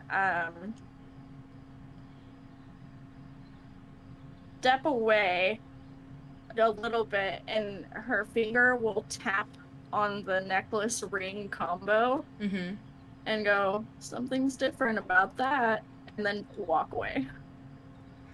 You see him go on a face journey of confusion and the classic look of, am I in trouble? And he's standing there kind of short-circuiting a little bit. Yeah, she's not giving like you're in trouble vibes. She's giving like, I'm messing with you, but we're still gonna talk about it vibes. Over his head. Raven, while Tessa is hugging name I don't remember, the other elf woman, Delira. mommy? Sorry, Delira. While she's hugging Delira, and she'll kind Hey of there, do Delira. What's it like in New York City? Sorry. What's it like in Alhasari? Alright, guys, it's been a great stream. Stream has been We so can good. come up with this song so It's the only fast. song Let's I can just- play on Mm. guitar. I'm crying. Oh my god, at least it's not I saw them. Wonderwall. I saw them in Let's- concert. Let's appreciate that. The fact that they're like Owl City became this weird evangelical worship group. Okay, Anyway, we've sent our DM into a state of stasis. Like, Face. You know when Anyway, computers go to sleep? That just happened to me Yeah. right now. this great. wait, so we're back. Blue screen. You mean go to sleep like blue screen? Yeah. Yeah, sure. Raven will kind of do like recall back to like the rigid kind of ceremonial formality that she can remember, and like will like give a very formal thank you to Delira, and then she'll look at Faustus and wink. Delira kind of curtsies back at you, and it is well received. And Tessa says, after stepping away from Delira, she just sighs and looks at her, and Delira, 1 second, and she scurries into the back and returns with this like blue cloak, and she drapes it over Tessa's shoulders and fastens it. And Faustus, it has a similar clasp to yours with the like branch design forming the chain. And Tessa turns around to Lyra, like cups her face in her hands and goes, there was a time where I thought I would never get to prepare this outfit for you. And I'm so glad that you returned to me, my child. And they touch foreheads for a moment, and you recognize this as like it's a tender gesture of affection, and it's pretty universal between cultures. And then, like with a sort of lingering hand grasp, Tessa steps away, and she leads you all towards the door to go back outside. Are we finished here? Yeah, Okay? just as we're leaving, having heard that interaction, Renori's just gonna like grab like Faustus's attention and just be like a verbal, like non-verbal, like what does that mean? Like eye contact kind of moment. Yeah, Raven scurries so that she is like walking with Tessa at the front. Okay. And kind of grabs her attention a little bit. But we could break there. I'm not gonna go into my thing. Yeah, I was gonna say. I need to go piss, girl. Yes. So what I'm gonna do really quick before we take break, chat, you know the drill. Please do med check, posture check, water check, stat check, everything check yourself. We will be back in a couple minutes to pick up the story, and it would be super cool if, for free, hold on, I'm gonna grab the link. If you want to help support us for free, a really great way to do that is to retweet our going live tweet, or just share it. It's super helpful. Have people come hang out with us. So I'm gonna drop that in the chat if one of my mods hasn't beat me to it, because you guys always beat me to it. Nope, I got it. Let's go. There it is. So if you want to help us, that's a really great free way to do it. Thank you again, and I'm also gonna update the chaos bar. See you guys soon. Gotta hit the button. Okay, see you guys soon.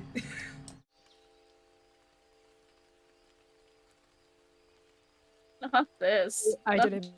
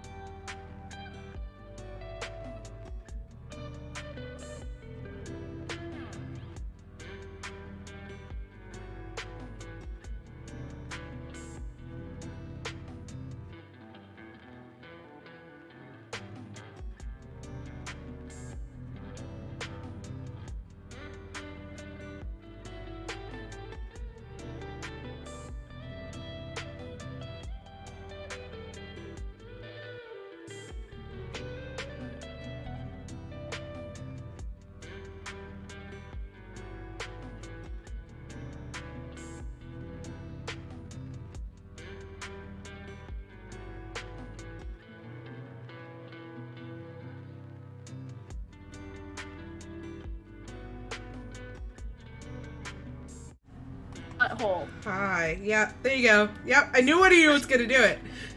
I knew it. You were playing such risk. Oh my god. I was just going penis, and then she just went on with the full sentence, and I was like, That one was for Crispy. I'll clip it and send it. You know, Crispy's go-to when he's upset is suck my actual butthole, dude. Oh yeah, no, how could I I forget? totally am aware.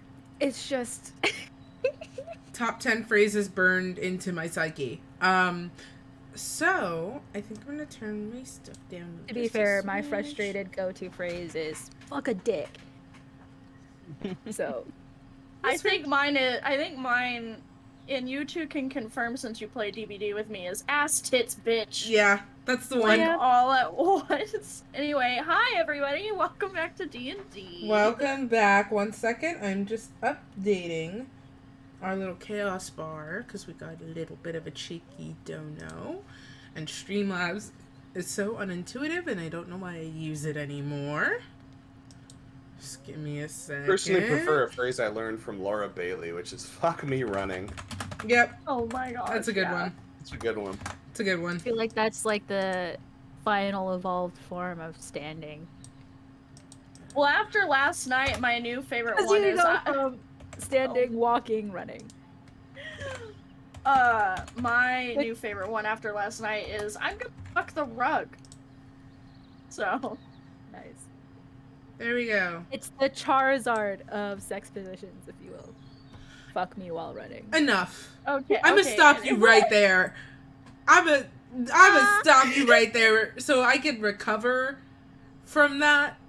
Mm-hmm. If I ever do. So, before we jump back in, one more time, I just want. No, don't anyone clip that. That would be my worst nightmare. No. No, I'm so No. devastated. No. Clear. Clear, the water. The water. The condensation. No. Every Australian person right now is going to kill me specifically. Anyway, really quick before. My name is Linda, and I'm from 26, and I'm from Sydney, Australia. Granny's tweet. Anyway, sorry. You're just making it worse. They're gonna find us quicker. So really quick before we jump back in, I just want to remind you guys we're still raising money for the National Coalition Against Domestic Violence. So all donos to my Ko-Fi page while we're not only while we're live, but through the end of October, whether we're live or not, whether it's during Eclipse, Stormborn's Curse, or any one-off streams I do between then. All of that money will be going to help benefit domestic violence survivors. And yeah, they do some really cool work with like charities and things like that, and helping like keep domestic violence survivors with their pets and just get them the resources that they need. It's very wholesome, very good work that they do. So it would mean a lot. We also do have an incentive for that too as well. We've already hit 2 of them. We have 1 left. If we hit our $200 community goal, I will be playing Resident Evil Village, my first ever Resident Evil game, in full Lady Domitress cosplay. I don't know if I'm gonna get through it. Cosplay. I don't know if I'm gonna get through it in in one sitting, but we're sure as hell gonna try, and possibly even on Halloween itself. We'll see. But yeah, you have until then. And yeah, we're at 145 out of $200, so it's very doable. So I'm just pulling that out there. It's for a good cause. So, Kristen. Anyway, so yeah, it's for a good cause. And then also, just a reminder, if you'd like to join us live on Sundays for Eclipse, we are doing a classic horror themed homebrew campaign that's also looking to help raise money for the National Coalition Against Domestic Violence. It's a whole lot of fun. Both VODs are up on my Twitch channel and will soon make their way over to the YouTube channel as well to catch up. And if you're here joining us at the halfway mark, whether you came from the tweet or you're here and hanging out but you haven't caught up yet, all of the Stormborn's Curse VODs 1 through 15 are up on YouTube. Let's go. So you can catch up very freely there. Let's get back into it. So we reunite outside of Delira's shop. After after you have all been costumed, and Faustus and Renori shared a specific kind of side glance, noting Tessa's the sort of significance of Tessa's outfit in comparison to everybody else's.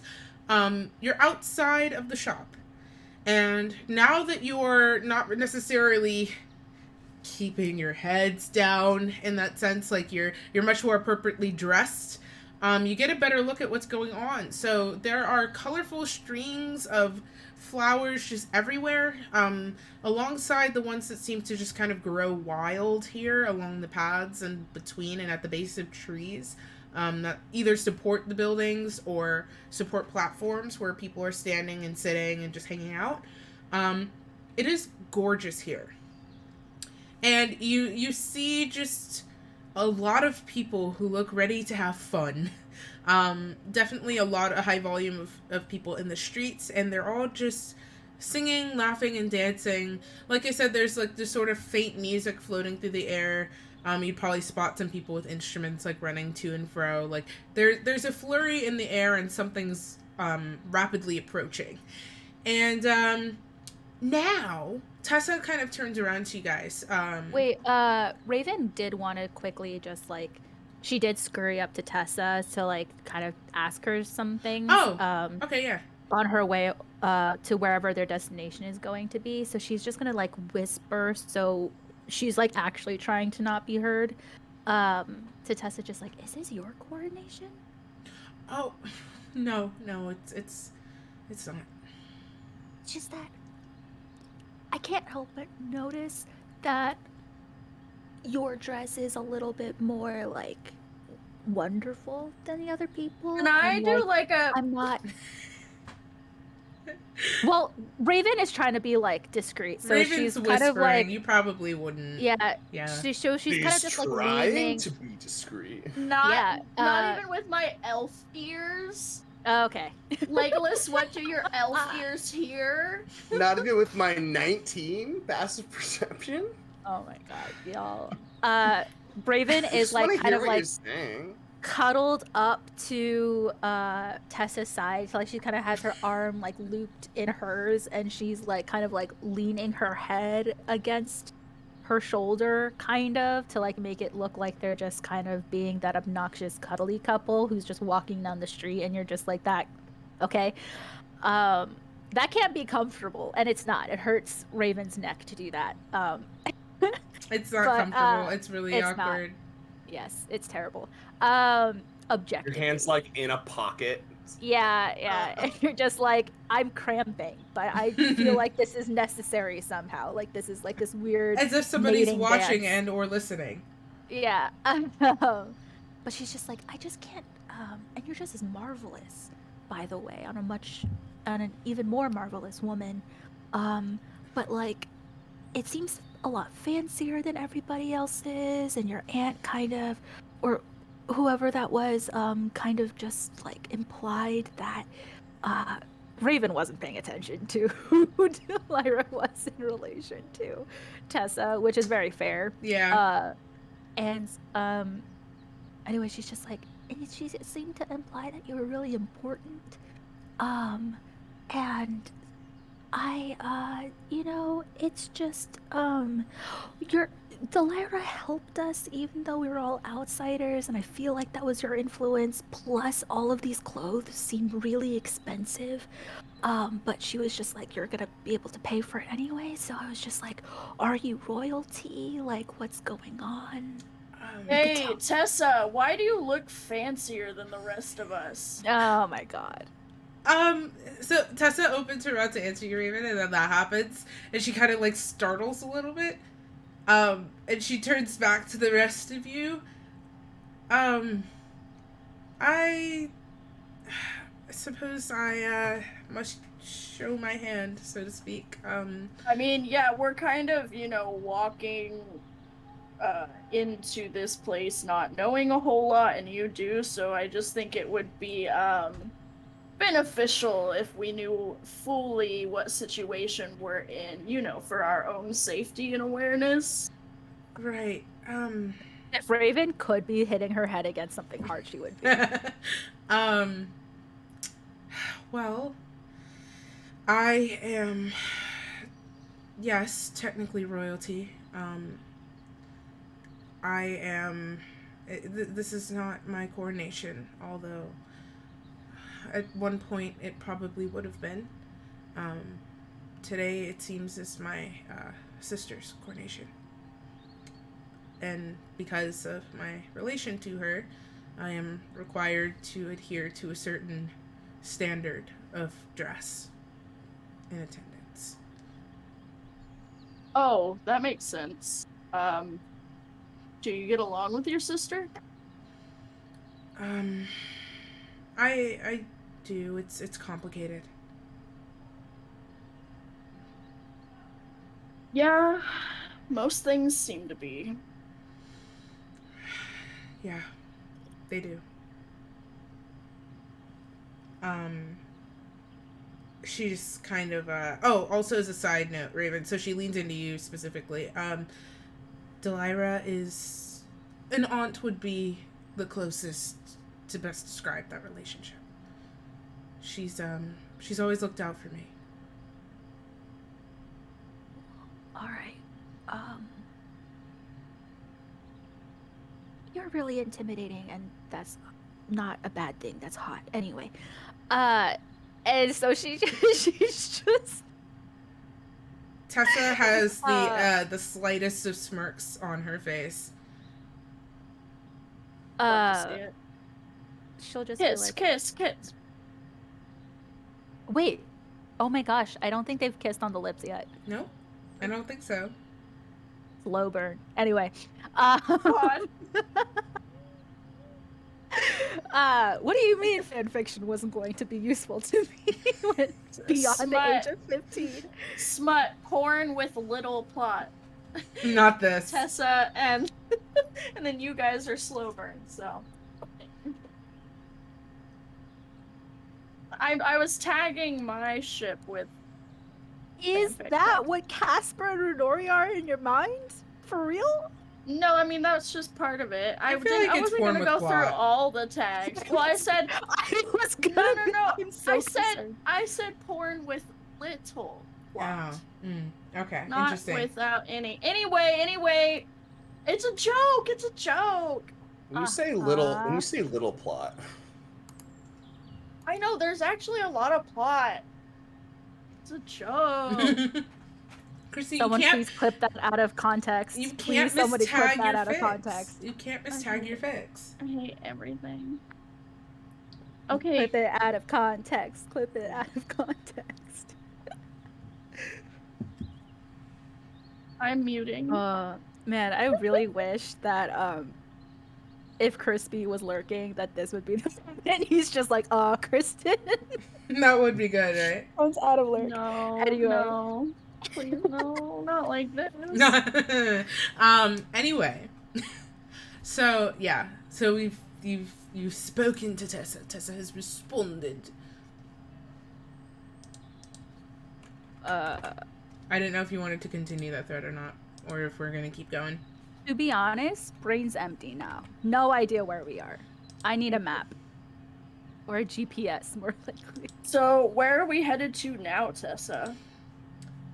Well, because the coronation is near, I was going to get down straight to business, but it seems like there's quite a bit going on.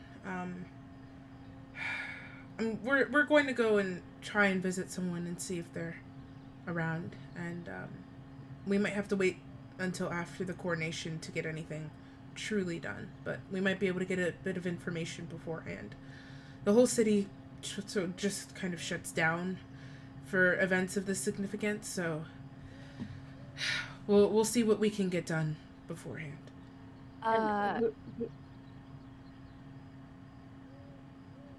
Raven's just gonna be like, how often do coronations happen?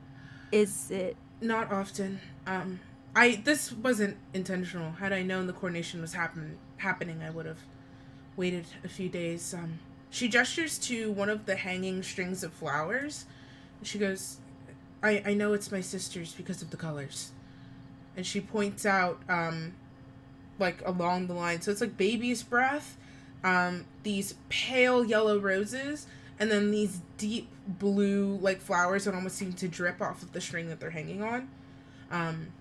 Those are, yeah, that's what that means. We each received a color pattern to indicate our transition into power, and it seems that she's going to be the one being crowned. So, Is your sister like a prince? not for much longer. Yes. So you're a princess? Of sorts.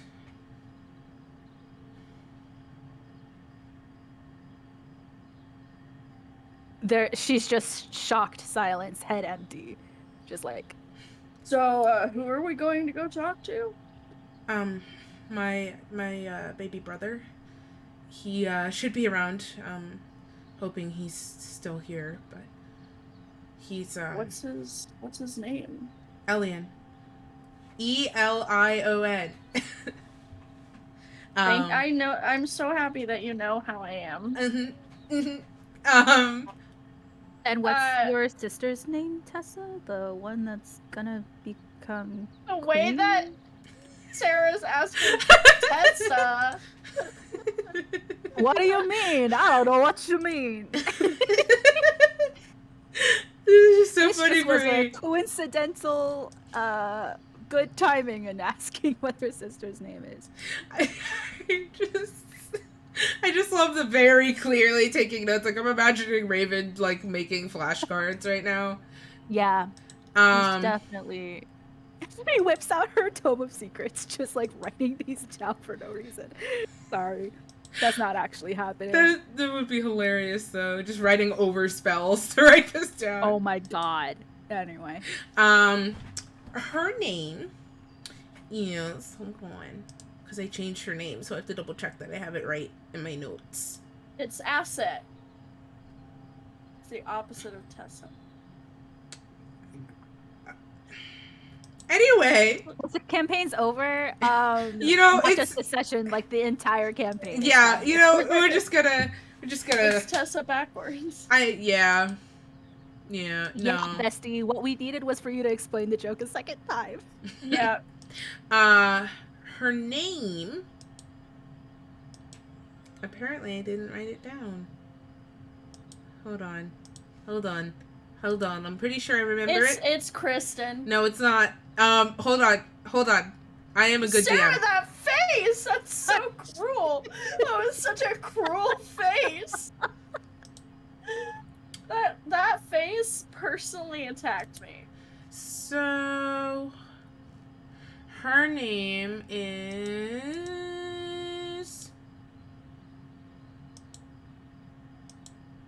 Hold on.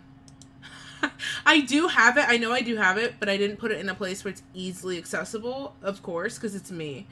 Could you control F what you think the name is? You know, that would be the smart way to do it, right? Instead of just manually scrolling through all. How many pages are we at? Like almost 100 pages of notes. That would be smart, right? But, you know, I'm not here to make smart decisions. So, personally, I think I'm just going to keep scrolling through my 100 notes without any sort of order. You know what? Raven's gonna be like, you know what? It's not important if you can't remember. No, Tessa knows it. This is a freeze frame moment. Where God's like, give me a second. Oh. Well. What? No, wait, what were you going to say? I was going to say, while you're looking, Renori's going to kind of quietly talk to Faustus, because she remembers very distinctly, that Faustus had shared in his story that he didn't particularly care for the people who had all the money and held it over the heads of those who were poor, which led Faustus to begin stealing in the first place. And so she's gonna kind of like lean into him and be very quiet about it and just be like, how are you feeling about this new information regarding certain people's status in society.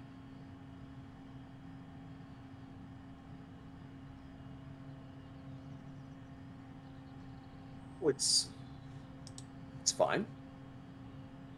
Probably too soon to say. Okay, I just wanted to check in. Her sister's name's Alora. It's Allura. I got that one actually, yeah. Yeah. Um, I did know Is- that. I just forgot. It's okay. You're fine. She'll be like, "Are you the oldest sibling, Tessa?" Unfortunately. Okay. Yeah.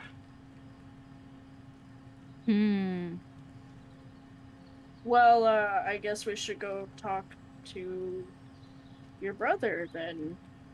I defer to you to lead the way. Right. Follow me. And she heads off along a path. And as you guys are walking, people are still... At first, when you arrived, it was more of the gawking of, like, a spectacle. Because you have literally only seen elves here. But now as you're passing, it seems to be more awe. You see a few people curtsy and bow as Tessa passes. Some are whispering fervently. Some are looking at you all, like, especially, Nori, Raven, Faustus, like, you see, like, there are a lot of kids that are, like, lining up and looking at you with wide eyes and, like, kind of pointing and getting, like, a little bit excited and things like that. Like, yeah, you're kind of, again, center of attention, but the attitude is sort of shifted, a little bit more positively. You pass under bowed branch and through thick grass that isn't quite obstructive, but is definitely left in a sort of state of not necessarily unkempt, but untamed. You pass into this little area that's in the base of a tree. And there's like a carved door, very similar to the one that's at the back of Delira's shop. Without necessarily any sort of handle or knob, just sort of an outline. And Tessa, like, leans her palm against the door, and there's these... You know how trees have, like, the lines in between the bark? Those lines run pure gold for a moment, and then the door creaks inward. And you all step within the... This is a massive fucking tree, by the way. They think like a redwood, but bigger. You pass within the bounds of this tree, and you just see... Tree, you shit with that ass. Thanks, guys, for joining us for Stormborn's Curse. It's been a great journey. Unfortunately, this was our last episode. Yeah. Wait, that's actually a reference to Eclipse. I know. From this past week. Eclipse is canceled, too. I'm kidding. We pass within the bounds of this... Not my fault. When you described the other tree, you put so much phlegm and thick that I was like, oh god. I did. This tree is double kicked up on a Thursday. I hate this. I hate Oh, you hate it. this, Kristen. You hate I this. do. Interesting. It was just this nonstop energy all 5 hours of Eclipse. Interesting. The final brain cell. Anyway, we're in the thick tree. We're in the thick of it. Into the In the thick of it. This party is such bad ADHD. You forget the lyrics halfway through.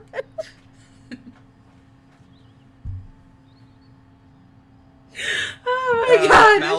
That Malibu's still wearing off. Okay, so we're at the door. You're at the door. Okay, are we good? Yes. Okay. We enter the door into this tree, and it is very... It's just spacious in the sense of, like, yeah, it's an open space, but also just... It doesn't feel cluttered. Like, it feels, like, just expansive, especially upward. So, the tree is sort of situated... not like a hobbit hole.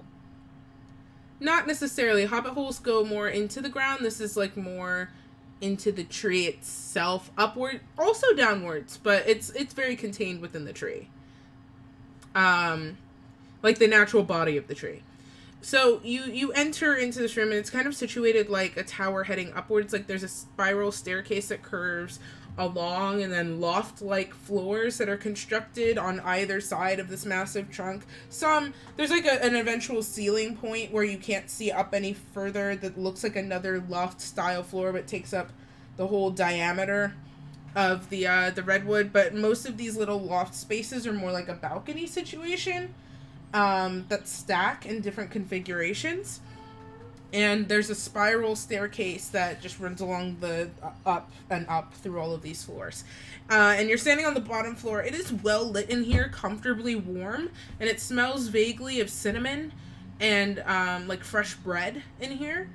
You do also see a staircase leading down, and there is just the gentle hum of life in here. And as well as like some faint like noise coming from up above you, like clanking or something, but you can't quite see the source. And you all gather in, and that door shuts behind you and seals. Like the outline of the door vanishes into solid wood. Tessa looks upwards, and Elian. There's silence, but still like whatever noise is happening. That definitely, by the way, sounds like a person. Like there's clearly something happening, but no response to her questions. She starts grumbling and heading for the stairs. Should we wait here? What is around in this room that we're in? On the bottom, I'm sorry, I forgot to describe the bottom floor. So there's also like basic furniture in here. Like there's a rather nice like couch and chair set with like a little coffee table that looks like it's made of another tree stump. But a smaller one. There is a small desk with 2 chairs in front of it. Nothing really is on the desk. Like it's just a clear surface, but it's there. There's also a sort of like an unlit fireplace in here, which is kind of weird. But that does sit in here on this bottom floor as well. Is it that weird if this is a tree house that the fireplace is not lit? No, well, I mean, it's weird that it's kind of there in a completely wooden home. You know what I mean? Like That's true. That's fair. like it's not weird when cabins do it. Yeah. Okay. I think, is there any bookshelves or anything? Yeah, there are actually. There are a couple over by the desk. They're actually carved into the wood itself. Oh, So they're just recessed in, and then there's a variety of books in there as well. Raven is going to peruse his bookshelf. Mostly books on science, various world cultures, but yeah, overwhelmingly science books by many scientists of different race that are of note. Some you've never heard of before as well. No naughty books? You could do an investigation. Nah. Not that appear to you at first glance, no. I was looking more for spell tomes rather than. You can do investigation. Should always be looking for incriminating evidence. An 18? You do pull down a book that does have a few spells stashed in it. It's not necessarily a spell book, but it's more like a science book. I will get back to you about the spells that you have, like you're looking at, in a second. Well, no matter what, because it's like spells, she'll pocket it. Just the whole book? The spells. So are you tearing pages out of the book? Yes. Okay. Can you roll me? Why the fuck would you carry a whole nother book with her? Anyway. I mean, you just said you pocket it, so I was like, I didn't know what was going on. Roll me sleight of hand. We'll get back to you in a second, but so just roll it and hold on to the number. Mm-hmm. You hear the general. So Tessa trudges like halfway up the stairs. She doesn't go up all the way to that first kind of loft sort of situation. But she gets far enough where if someone was up there, they could definitely see her. And she yells again. And there's just some vigorous bickering in Elvish before she marches the rest of the way up the stairs and starts dragging another person down the stairs by just the collar of a doublet. And he's kind of like, ow, ow, ow, let go. And she's just cursing at him in Elvish as they both clomp down the stairs. What's that sleight of hand? A natural 20. Nice. Okay. You tear out the pages in a very neat manner to keep most of the writing that's on the page without like ruining it, but also quiet enough where you're not noticed. And you manage to kind of discard the book in time before you could be seen. Cool. So Tessa makes her way down to the... How many spells were there? There were Just so I 2. get an idea. And 2 I will spell probably be able to tell you what they are after this session because I have no problem. I have a separate section for that. So, but you will get that, and if I don't send it to you immediately, just Raven bug probably me. wouldn't want to take a closer look anyway, with risk of getting caught. That's fair. Just bug me about it after the session, so I remember to give you what you've got. So you he gets down to the bottom floor, and like she kind of shoves him forward a little bit, and they just start going back and forth in Elvish, which you understand. It's just kind of like they're bickering. They're talking over each other. You see a dwarven, an elvish man, with really pristine locks, that are just kind of down the sides of his head, like just down onto his chest, and also flowing vigorously down his back as well. And interwoven into the locks are just like roots and plants and flowers that are blossoming. So his just whole head is just laced with flora. And especially at the front as well, he's got almost like a natural kind of flower crown going on. He's wearing a white silk shirt underneath a green doublet, and the sleeves of that are pushed up and sort of dirty just a bit at the collar where they're disturbed. Nice fitting brown pants and some pretty simple boots as well. He has goggles, like these really thick goggles pushed back up onto his head. And he's got like smudges of stuff on his face. And they finally stop bickering long enough for Tessa to be like, listen, enough. Introduce yourself. And he turns and hi, I'm Elian. I understand you are Tessa's friends. Raven will introduce herself quickly. And in Elven, you know how in some languages, instead of being super direct with like saying something, they'll kind of say something else. Mm-hmm. Directly translated, it's like, friends, shall we sit and have some tea? But like what she's really saying is like, should we stop bickering and like talk? You know what I mean? I get you. So that's what she says. She actually, just a little like for role playing, she actually doesn't know that that's what it means literally translated, but she's heard it so much in the temple that that's what she thinks it means, is like, hey, can you shut up so you can sit down? He kind of raises his eyebrow a little bit, and then Elvish responds, you're clever. I like that. You all... Raven looks very shocked because she's just like, I wasn't expecting, because again, she thought she just essentially told him to shut up and sit down. So she's just like, Renori will also stick to speaking in Elvish, and introduce herself, and then that's it for now. Yeah, Okay. she'll just introduce herself. Faustus, do you introduce yourself as well? Yeah, Faustus will step forward and introduce himself. yes, there just was a flame. Jake's obsession with fire came into play there for a moment. You know, it's alright. I may have lit a candle. Arson is acceptable. The vibes. This is a safe space for arson. We support Blizz Arson. We do, Yes. we do. I have to check something real quick. Raven, on like this weird like trying to suss out the energy of this guy, will introduce herself, but like will add all of these nonsensical titles like Daenerys Targaryen, right? Mother of Dragons, blah blah blah. So she'll like do something of the same effect in Elven and just be like kind of like hold and wait for his reaction. He kind of quirks a little bit of a smile, and then he gives you a deep bow. And he goes, pleasure to meet your acquaintance. Raven will, in Elven, still will be like, now she's like getting a little too like power high with this.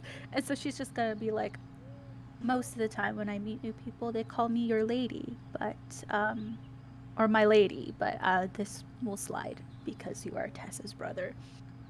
And she'll say that almost like she's being gracious. Well, my lady, he takes your hand and presses a kiss to the knuckle. I apologize for my insolence.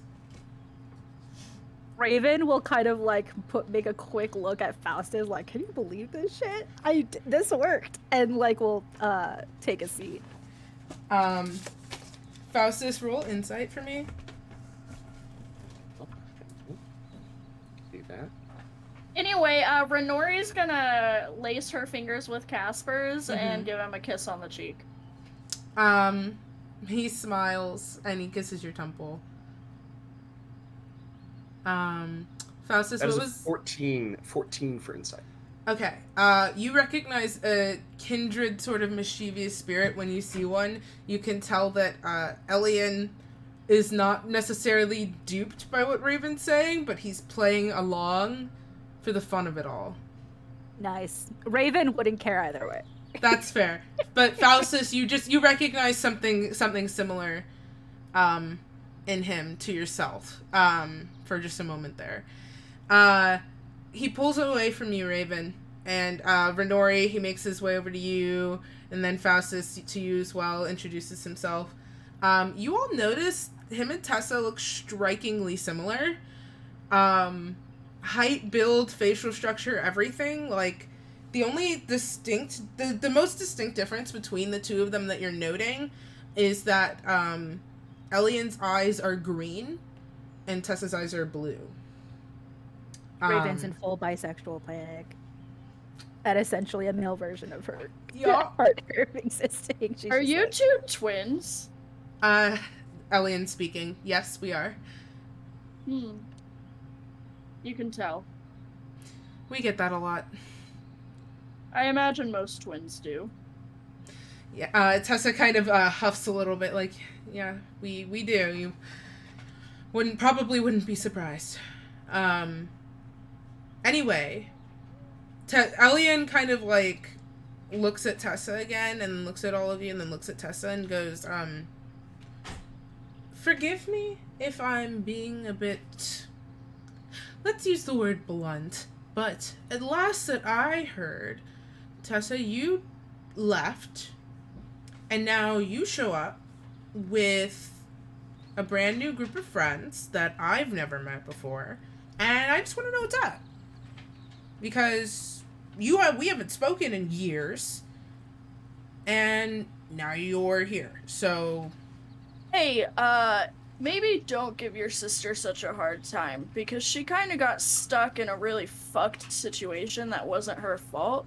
So...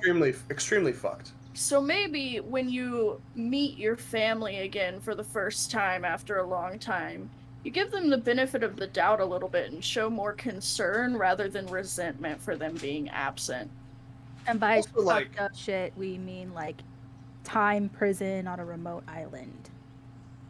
Elian goes a bit pale at that.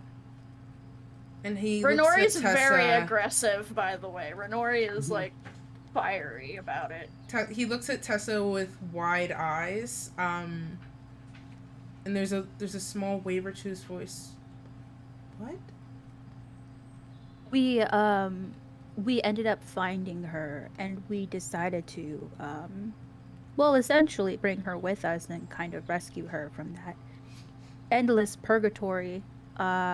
Raven, I'm assuming, is sitting next to Tessa. Yeah, Yeah, she has like a protective arm around her, and it's like gotten firmer as Mhm. he was like hostile towards her. And she's just like, you know, we found her. We weren't looking because we didn't know she was missing. Yeah, it makes me wonder if those who did know she wasn't around bothered to look. Elian goes quiet for a moment, and then he takes Tessa's hand and kind of pulls her to stand, and then pulls her into a tight hug. And it's one of those forceful hugs where there's kind of like slamming noise of not me unplugging my headphones, the kind of like slamming noise of his body as he just like pulls her into this crushing hug. And she just takes a moment of her arms hanging before she just cradles her younger brother. And they hug for a long moment, and then he pulls away from her and he goes, I had no idea. When you left, it was, and I thought you'd just, I don't know, fucked off to adventure like you said we were going to. I didn't know. I'm so sorry. And she leans her forehead against his, in that same gesture that you saw her do with Delira. And she goes, I could never blame you for what happened, please. It's alright. I understand your anger. And Raven and Vernori and Faustus, because all you that was really sweet. She looks over Elian's shoulder at all of you, and you see her mouth thank you. And she pulls away from her brother for a moment. Okay, down to business, Elian. We are looking for something dangerous. I believe you already know about it.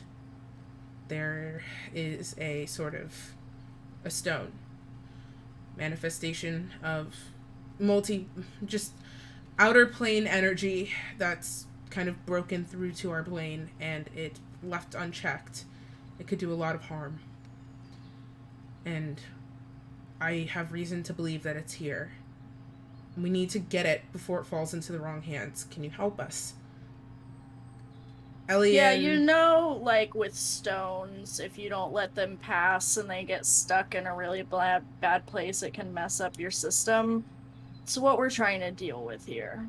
You hear Casper snort next to you a little bit. Okay. I just did a medicine check to see if Raven would understand that she passed. And she's just gonna like close her eyes and sigh like a little part of her died inside. Nice. This is Elian speaking. It would be my pleasure to help you however I can. But I am not necessarily able to do anything at the moment with the coronation going on. We're supposed to stay within the bounds of the village, and it's soon. I mean, within the hour. I'm already supposed to be at the palace. Within the hour? Is there alcohol involved? Oh, always. It's a celebration. Great. Sounds like that's our new priority. Well, yeah. Tessa, we're already supposed to be at the palace, and you know that.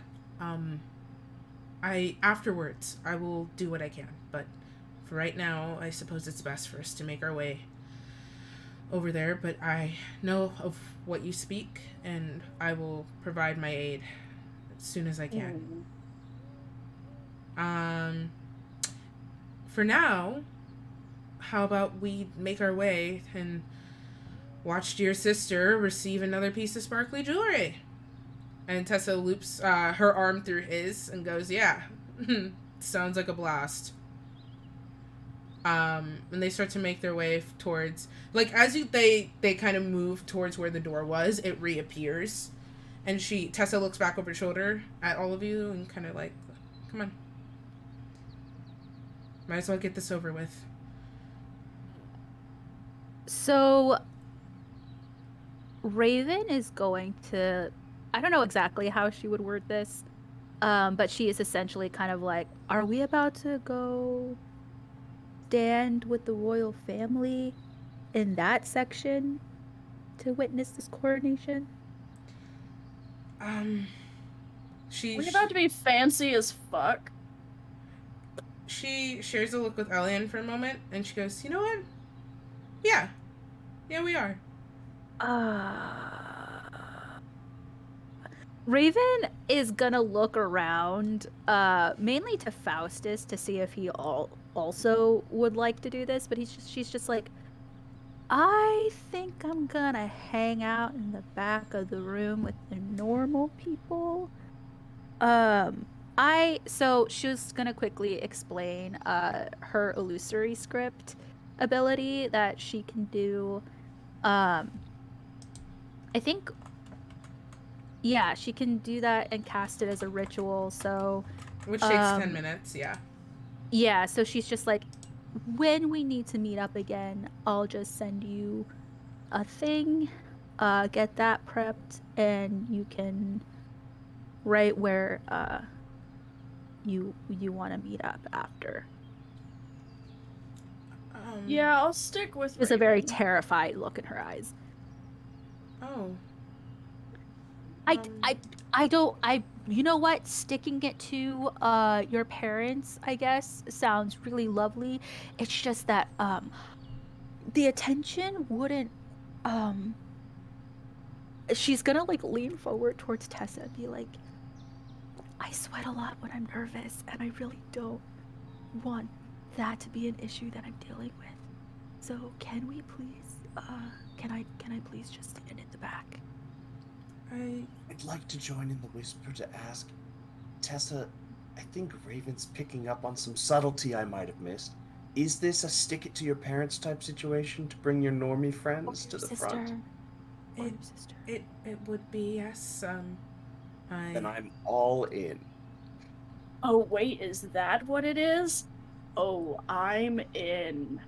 Oh, she gives you both like a I'm wearing all black to a wedding again. hell yeah. Raven is now like in this panic because she's just like, oh, everybody's in on this, and I don't want to support. You don't have to if you don't want to. I would never want you to be uncomfortable. Give me 1 second. I'm never gonna force you to do something you don't want to do. No, I know. I just don't. It'll probably be cool if I like help you out. So she is going to cast hold on. Let me see which spell would work better.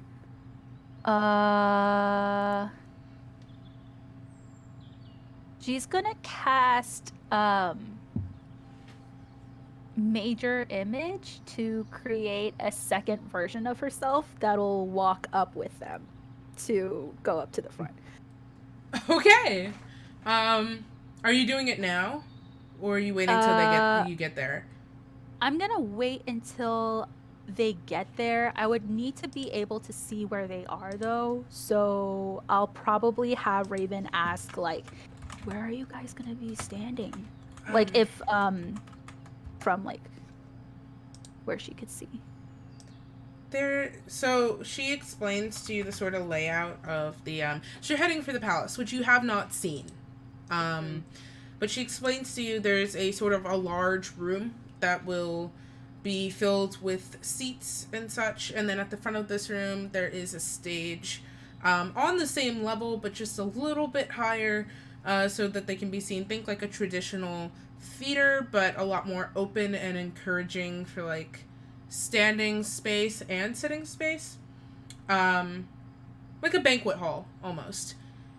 So you'd be able to see them pretty easily.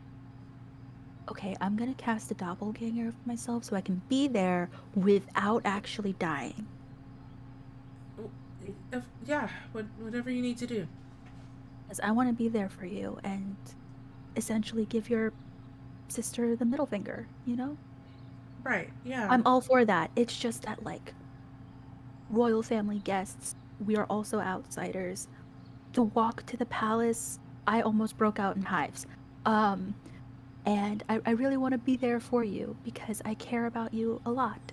Um, anyway, you're awesome. And I think I'm really falling for you. Bye. And she's just going to go towards like the common area where everybody else is like kind of filing through. I'm assuming we can like see that. And she's just gonna like turn around and give like a double thumbs up and like walk away. You head outside, because it's where everyone's kind of heading right now. Renori is gonna turn to Casper and be like, "Are you good with this?" Oh yeah. I will always take the chance to stick it to some royals. It's kind of become a hobby. You do that whole stealing from the queen thing, so I thought this might be up your alley. Yeah, this is great for me personally. This is great for me too. He gives your hand a little squeeze. Pops his collar. Nice. Tessa is rolls his sleeves up. Oh, he's so bad. Oh my god. Untucks his shirt like halfway. Oh my god. Lord. Tessa and Elian lead you to the palace. On the walk, Elian's kind of doing the opposite of what Faustus just did. He's unrolling his sleeves, trying to like kind of flap out some of the wrinkles. He's adjusting his cuffs, his collar. His hair, I like to imagine, was in a sort of like half up, half down, like he's got a bun kind of going on back here that he lets down to adjust the hair, so his locks, so they frame his face neatly. And that flower crown situation that's kind of happening, all the flowers naturally throw through his locks, but the ones that are up here grow thicker as you walk, so that they're more decorative and look a little bit more like the woven crowns people are putting on their head. Tessa and Elian lead the way. So you curve through this small city, through several like just rows of streets and things like that, past more people. You actually pass into like a sort of market area. Like over here, there are like multicolored cloths that are strung beneath between the tree trunks over your heads to kind of cast colored light down upon you as you walk through various stalls selling spices and other resources, weapons, all sorts of shenanigans, but you see mostly like shopkeepers are packing up for the impending event. You pass through this area and you could not see it before when you entered, but you see it now. The trees sort of naturally spread out as this one path curves through, and like they spread out and kind of bend in. So there's a circular sort of archway that just cuts through all of the trees, and you see just this gorgeous palace made of almost just this pure white silvery material, or you're not quite sure what it is, and these spires that rise along with the trunks, and the leaves of the trees here have turned slightly like gold and fall pretty freely to like just down on the path. And there is just light pouring from the windows on this thing and just out of the doors. And you see people are kind of crowding around this front gate. But as you walk up, they just part for you with quiet, like hushed whispers. Tessa reaches for... Ribbon, when are you casting it when you get there? Or are you casting it like before you go in? I think that I'm going to wait until I can kind of like see that the rest of the party arrived to the front, and then she's going to act like the doppelganger version of herself walked in just like late. You know what I mean? Right. So that the full effect of the spell won't be burdened by like the time limit. Okay, so you all pass within. There's like a general outside. Ooh, actually, Raven is going to wait. This is going to be more dramatic for like, because there's something else that's going to happen with the major image. She's going to wait until the attention is supposed to be on Allura, and then have the doppelganger Raven enter and like walk through the crowd and go stand next to Tessa. Damn. Okay. So we're gonna hold on to that for a second. So you pass through the front gate of the palace with ease. There's a crowd that's kind of hanging around the outside. Some jeering, mostly positive, excited crowd. And the guards here open the door for you, the gates for you, and you pass through, and then they are immediately shut behind.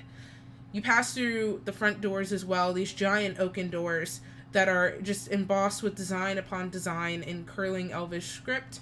But it appears to be a dialect that's a lot older than the one you know. The translation doesn't quite work, but you understand it to be a sort of like a blessing almost. And you pass within the palace, and it is just gorgeous. The floor here is like this really beautiful wood that seems almost pristine, not unnaturally, like it just grows in this pure state. It's not even chopped floorboard, it's just living wood.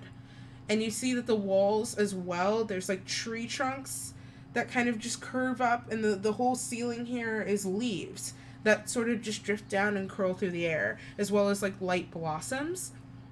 And you pass further into this main hall, and the leaves open up to reveal a stained glass ceiling, and light is pouring down within it to just pass these kaleidoscope of colors over this large central hall.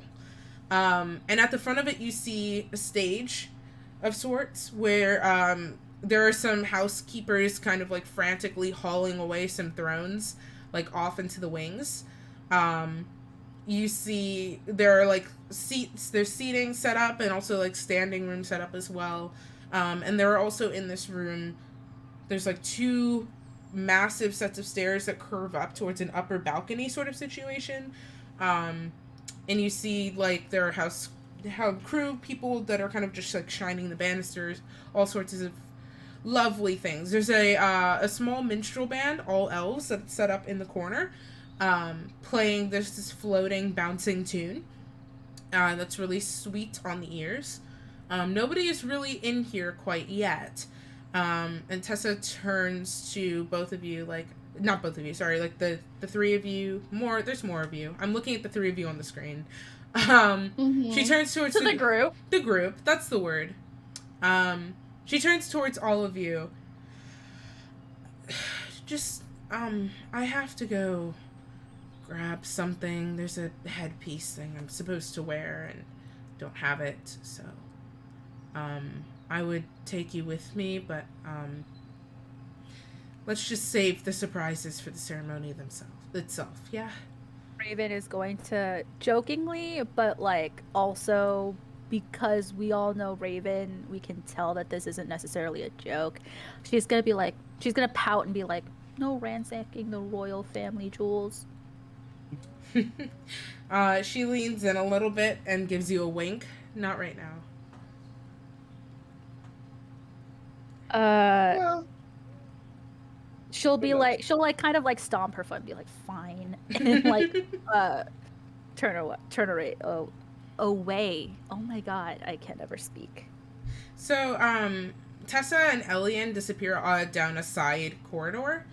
And it is pretty close to go time. Like, when Elian had said within the hour, you get the sense that he really meant it. I mean, like, the place is pretty much decorated to the nines.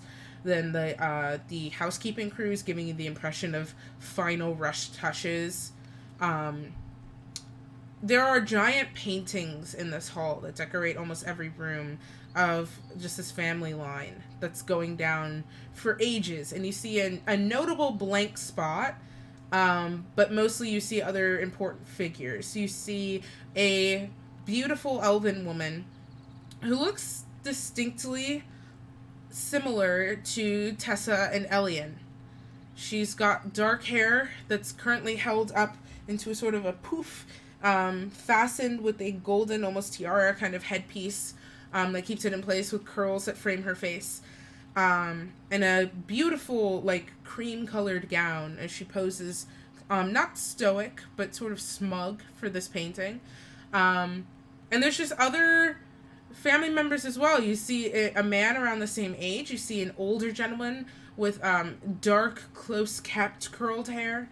and a wide nose and a proud sort of jawline, and he glares forward for his painting. And then you see that blank spot as well. And yeah, Tessa and Elian return rather quickly, but you do have a couple minutes to get up to shenanigans if you wanted to. No, like, I want to wait until the crown is, like, about to, like, be placed on her head. You know what I mean? Like, the Okay. most important part. Yeah. I'm gonna start a fight. Yes. Okay. So you And roll initiative against the royal family. Oh my god. That would be Roll insane. initiative against the nation of Althasari. Okay, is anybody else getting up to anything in the few minutes that you have here, or should I hit that fast forward? Not this time, fascinatingly enough. No, Renori will just be fawning over Casper and like constantly like adjusting his clothes, and she'll Yay, actually we got unbutton married. another button on his shirt. So So the conservative look he was going for gets ruined. he kind of laughs a little bit, but he lets it happen. So, Yeah, he does. Mouse just watches you do that and realizes there's one more thing he can add to his fuck the parents ensemble, and he just like pops one button. nice. Amazing. Casper gives you like a little thumbs up for that. Yes. Within a few moments, Tessa and Elian return, and they're both wearing crowns, basically. Tessa has a silver crown made of interlocking branches that curve up at the top with a cross, and they hold a blue gem in the center just to top her head. And Elian has more of a traditional, like, seated upon your head kind of crown, with made of gold, similar design with like just branches that grow to hold small green gems in place. And Elian like his kind of looks a little bit more cleaned up. Like the sleeves of his shirt are devoid of markings, as is his face. He's actually also wearing kind of similar makeup to what Tessa has, except his is like green and gold rather than blue and silver. And they both Very return. gender. So this is just a gender event. And yeah, they return rather quickly, kind of like smiling a little bit, but mostly looking just done. And the event begins because, and you know this too, because the little band that's been kind of like vibing in the corner, you hear a pretty generous fanfare, and then the soft crescendo of violins, and then the heavy sound of the front doors opening and chatter as the crowd that was gathering outside begins to file in. Leading the way are a few handmaidens who are tossing flowers in the air as people pass under them, and then people file into this just forward main hall. Tessa leads you all up towards that stage area to stand off to the side. So Raven, she kind of looks at you and then gestures to, there's like an area with benches that's kind of off in the wings where you can see, but you're sort of like in the shadow a little bit. Yes. And so the rest of you make your way kind of up onto the stage. And there are rather nice chairs up here as well, but Tessa seems to just be standing, and so is Elian. And yeah, the crowd files in rather quickly, and then the doors are shut.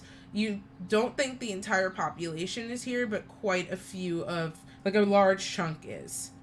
Just a quick question before I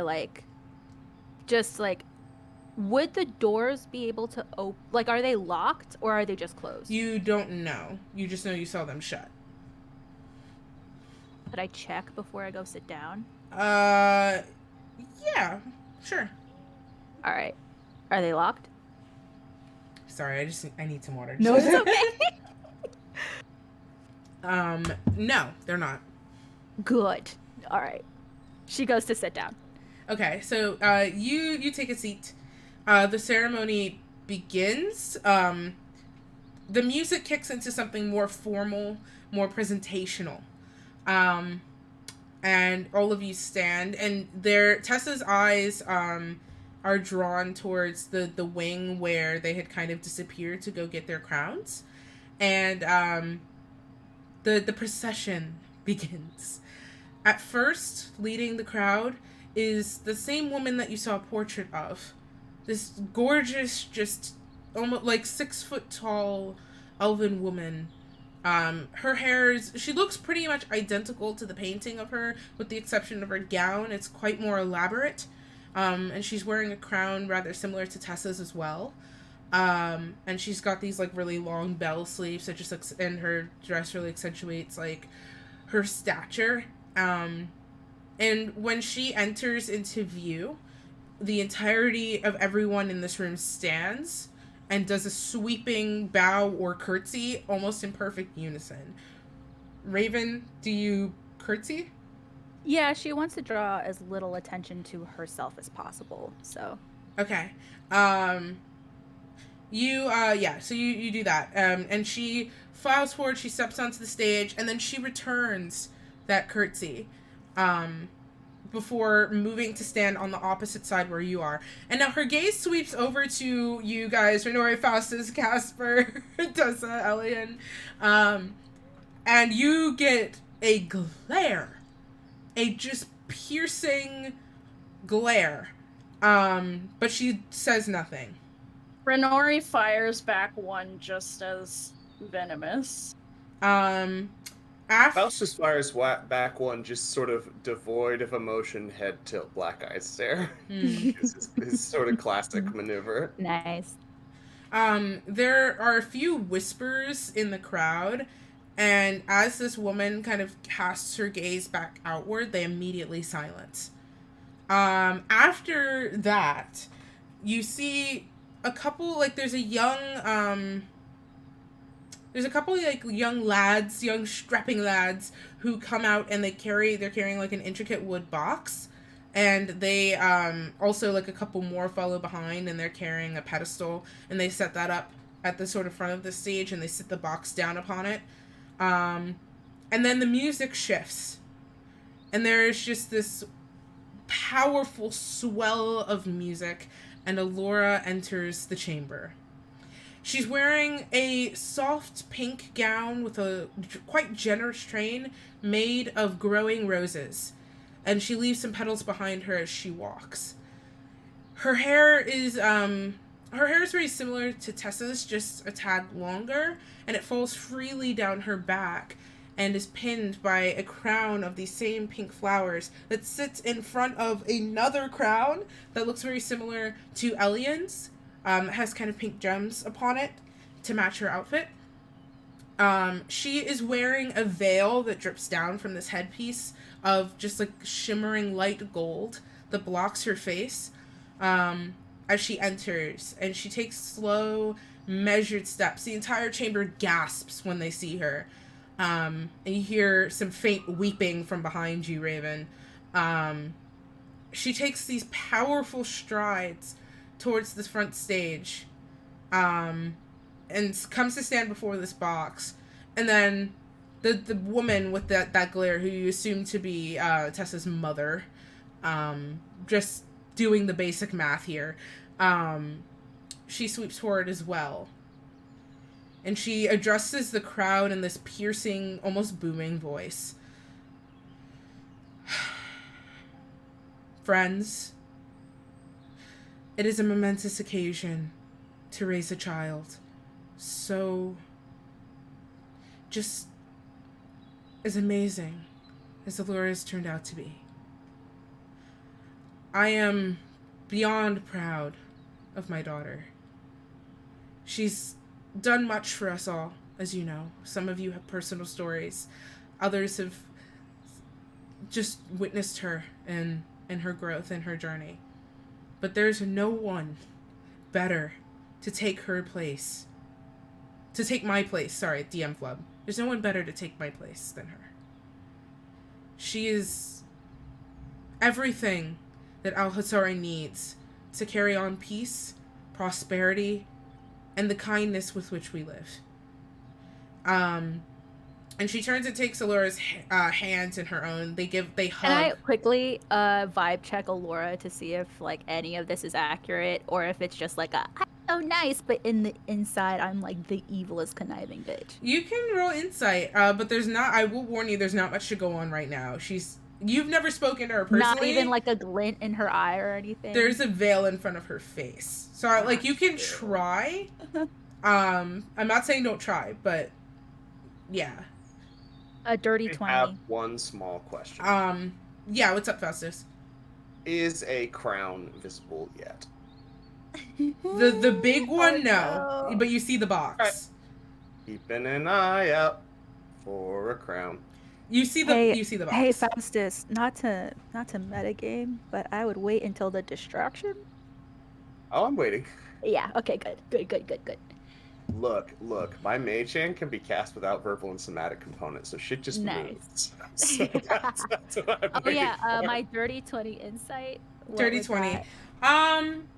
Like I said, it's kind of hard to read just because you've never spoken to her. It's easier to get a read on people when they're talking versus just body language. Ooh, But would I be able to read on Tessa's face what she's feeling about what her mom is saying about her sister? Tessa does not look happy to be there. It's the kind of measured neutrality of someone who's at an event and has to perform.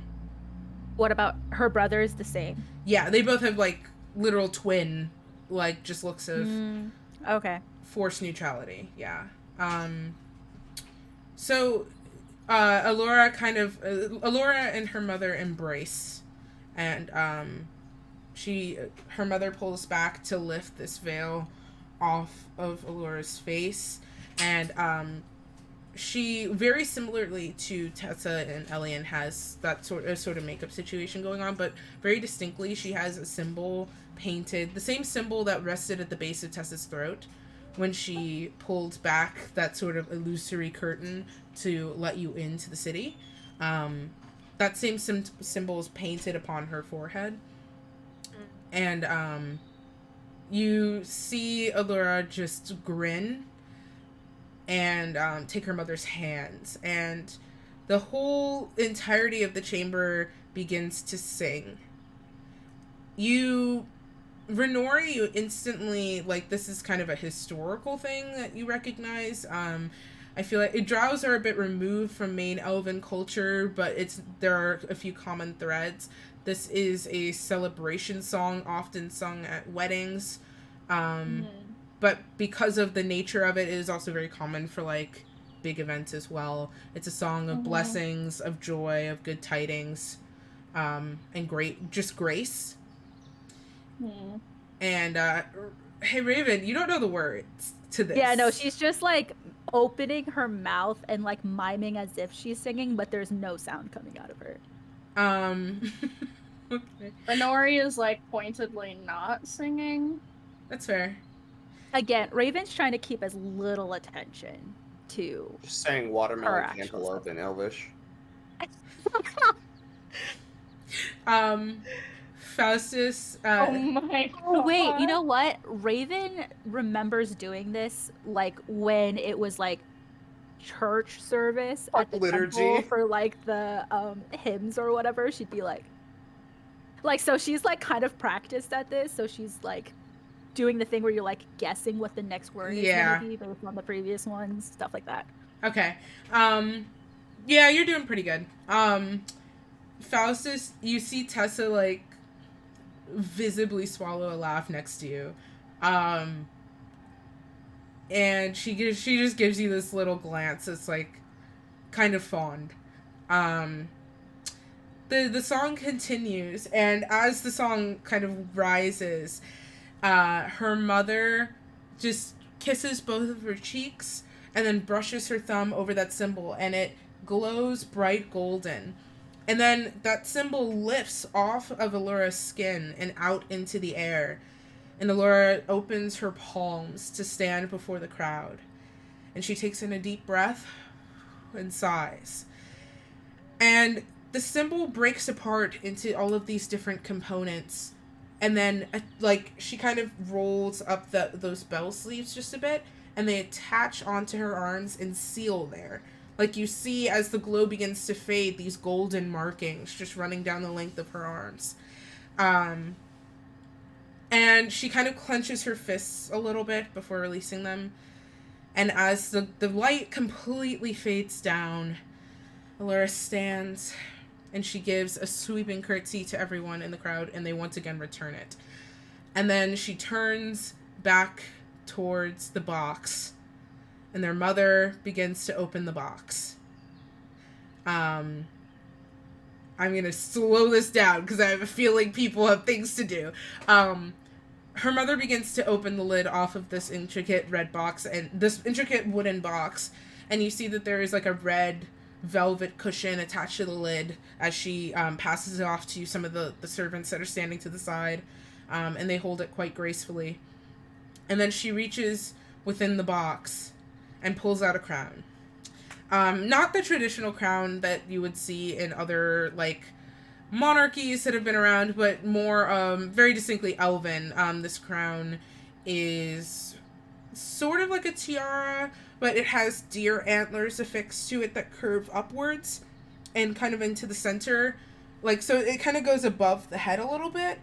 And then also still have this frontward tiara piece, and the antlers hold a single golden gem at, like, the peak. It doesn't seem like it should be there, but it is, like, in terms of balance, but it is. And Tessa's mother lifts this out of the box. She presses a kiss to the gem, and then she goes to lift it onto Allura's head. Nope. No. As it's about to go on her head, it shoots straight up about 10 feet. At the same exact time, there is going to... So there are those torch, like, lantern things, right? Raven casts thaumaturgy to turn all of the lights, flames red, like a bright red. And then uses a thaumaturgy again. The doors split open, like, very forcefully. And then Major Image is cast, and there is a slightly over 6-foot version of Raven, except her horns are much more pronounced and, like, gnarled. Still black at the tips of it, but, like, it's a lot more menacing. Her hair is kind of, like, swept back, like, almost moosed or gelled or something, so that it, like, frames her, it, like, frames her face and her head, so it's, like, not in the way of her horns. Her eyes, instead of all being white, they're all blood red, like bloodshot red. She has kind of like that half orc bottom tusk energy going on, right? And she's like a little bit more like muscly and intimidating looking than Raven does actually. She's wearing, think live action Scooby-Doo when Velma's in that latex jumpsuit. Except... Sorry, what? Yes. I didn't see this live action Scooby-Doo. Raven... Wait, it's the first one. Have you not seen it? I have not seen. You have to watch it. Live action Scooby-Doo in my life. It will it'll change your life, kid. It's literally a bisexual smorgasbord. I don't know what it was about Matthew Lillard with boobs that unlocked something in me, but it did. Yeah. Anyway, you should watch them. Like, that's a homework assignment for you, Jake. Thank you. Oh, there's 2, by the way. Yeah, so watch both. Yeah, there is 2. Anyway, so she's wearing, except it's more like a bodysuit, so it's like almost like the swimsuit way. It kind of ends at her butt. It's like bordering on being a thong. It's bright red latex. There's like a very suggestive heart cutout by her breast area. Painted on her forehead is just like this upside down pentagram to sort of like be like a fuck you to the symbol being painted on Allura's forehead. Instead of actual legs, it's just these like cloven feet that are also like, it like fades from like her blue skin to like the black fur, with like these fishnets going down them. And she has just this long barbed tail, and like in her hand she has like this obnoxious staff that is like this dark brown, like dead tree looking thing with a skull just sitting plain on top of it. That's like has this like purplish dark fire surrounding it. And she just goes, "Sorry I'm late." And like in this like Yeah. in a British accent, she's just like, "Sorry I'm late." And will just strut down the main aisle. Right She'll as get to Raven. she'll get to the front, go, "Oh, no music for me," and will go and stand next to Tessa. And that is Raven's entrance. And right as Raven is entering, so like simultaneously, Renori, because of her drow magic, can at will cast a dancing light. She'll cast like 4 orbs of like this menacing black light to float around Raven as Raven like walks through. Just as like a little cherry on top. All right. The crown leaps from Tessa's mother's fingers as she goes to set it upon her daughter's head, at the same time that the doors slam open and Raven enters. You make it to the front and stand, and the entire chamber falls into silence. The musicians stop playing. Alora looks between her mother, then you, then her mother again, and then she turns fully around to look at Tessa. And because you're all standing next to Tessa, you can see it in her eyes as well, that she's crying. And she just takes a moment, for all of the regale with which she postured herself, she looks very much childlike for a moment. And she just wipes tears from her eyes with her sleeves. And then she turns back around to face everyone. But she doesn't speak. Her mother, seeing the crown floating, does not humiliate herself with attempting to make a jump. It lowers a little bit. She's simply staring at it. And then that gaze drops to all of you and sweeps, that piercing gaze sweeps across all of you. And just give me a second. Well, Raven's not actually standing there. Yeah, but still. Oh, also, can God. Raven see how Tessa's reacting to Raven's shenanigans? You can roll me perception, because you can't see through the illusion. Cool. Perception. That's 17 plus 4 is 21. Oh, wait. Oh, no, you can't. I was like, can you? You cannot. What is it? Well, people who, 21. Okay, so you, yeah, you can see her face. She looks appalled, kind of caught off guard. Not really reacting, just shocked. Raven is like on the precipice of shitting herself. Just because she's just like, oh shit, did I fuck that up? Was that not the move to make? Look, we were told this was fuck it up time. It's not our fault if we went too far. Nobody gave us any guidelines. You can't tell us to fuck it up and not expect us to like really fuck it up, you know? Like not in a fun way, like in a real way. You know, the fun part of this to me is that no one told you to fuck it up. For me personally, I'm just having the time of my life right now because absolutely no one said that to you. Tessa was just like, we're sticking it to my parents. She said she was sticking it to her parents. She didn't tell you to fuck it up. This is stick it to your parents moves, Yeah, this right? is You like- interpreted what she said. I think this is hilarious. You interpreted what she said. But no one told you to fuck it up. For the court record.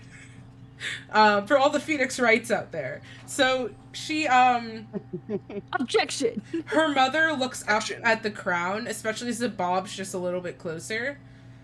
And then she looks out at the crowd and she clears her throat. And that booming voice fills the hall again. It seems as though we have some tricksters in our midst. Now, I do believe that everyone present is aware of the consequences of interrupting a royal ceremony, especially one of such importance to our family. And I truly would hate to have to punish anyone on this day of celebration. However, and you see her just kind of clench her jaw for a moment, like just her composure slipping just slightly. However, seeing as it's such a day for my daughter and for our family and its name, I want the person responsible apprehended. So should anyone have anything to say, now would be an exquisite time. The projection of Raven kind of leans forward and goes, "Well, I did say I was sorry." To who? To Tessa? To, the queen. She turns very slowly to your group, standing there. And then her gaze goes to Tessa, and she... Whew, if looks could kill. She turns back to the crowd for a moment. She goes, for the first time in our history, I'm afraid I'm going to have to pause the coronation. Renori steps in front of Tessa. We will reconvene momentarily, please. The guards will attend to you all. And we will have the servants bring out some snacks for the meantime. It seems we have some conversations to have, if you'll excuse us. Raven is going to cast Disguise Self again, except she's going to just look like if she was an elf with like a human skin tone, and like change her features. Skin. Yeah. Well, they could. There but, are like, elves with like non-traditional coloring. You wouldn't have to worry about your skin color if you don't want to. It's up to your image that you want to create, but just letting you know. Well, I think that, well, I guess, like, what's the vibe of the whole room? Because I'm assuming most of the town is seated here. So, like... Most of them, yeah. Is it more, like, fantasy colors, or is it more, like, human... Healthy mix. Okay. Yeah, I think it would be kind of fun if Raven just didn't have blue skin one day. Yeah, that's fine. So, she's going to kind of give her, like... palish yellow toned like warm toned skin, give herself dark normal looking eyes, so she'll have irises for the first time, and she is going to give herself like long beautiful raven hair and change her kind of like posture a little bit to stand a little bit more like regal-y and like polite, and she's just gonna be like, she is like trying to do that in secret though, so she's just gonna like I back got up you. against the wall, But cast wait, it, and then move forward. So is this you or the other you? No, No, I think this is we're Raven. So like the because she's casting another spell, and this one requires major image requires concentration. The spell will kind of like flicker away and kind of like disappear. Hopefully while the queen and Allura isn't really like looking at it. And then Raven's going to quickly cast Disguise Self on herself to protect her. Because people are gonna be like, "Hey, you look like the other tiefling, the one other tiefling that showed up to this town on this day." Yeah, so that's what she's gonna do. What level are you casting this at? What? The major image. Major image was cast at a 5th level. It only can be done without concentration at 6th. That's what I was. Okay, I was just double checking. So. Warlocks all of their spells max level. Understandable. So yeah, you can easily time it where you do the shift in spells while you're not being watched. The queen gestures harshly for you to follow. And she begins to walk towards that wing where everybody entered. So, wait, just a quick question, Raven. Does that mean you're going out with the crowd then? The crowd is not block- leaving. The crowd is staying. Oh. Raven, I think, is... Oh, that's a good question. The crowd is staying in the chamber. They're just being, like, offered snacks and stuff while they wait. Oh, so we're the ones exiting. Oh, the yeah. room. Yeah. I think Got that it. Raven would probably feel bad if the rest of her friends kind of got in trouble for her prank kind of thing. So she's going to... Is there a way that if she slips out of the room, she'd be able to catch up with them? You do not know the layout here, so you could try, but you'd be kind of swinging in the dark. Unless you follow them directly. She's going to try, but do it as, like, low-key as possible. Are you, like, trying to follow behind them, or are you waiting for them to leave completely to try and figure out where they go? Because those are two different things. I think that as they slip out, she's going to slip out with them and catch up with them, but she's, again, trying not to bring too much attention to herself. Roll me stealth.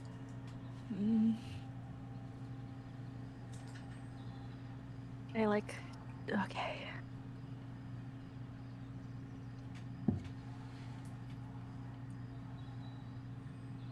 16? Okay.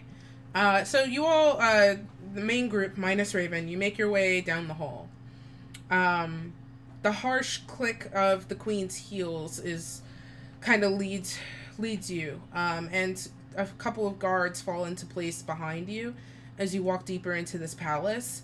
And she takes you into, there's like a sort of side chamber that she leads you into with a heavy door, and she shuts it as you all file in. You're in a sort of like study.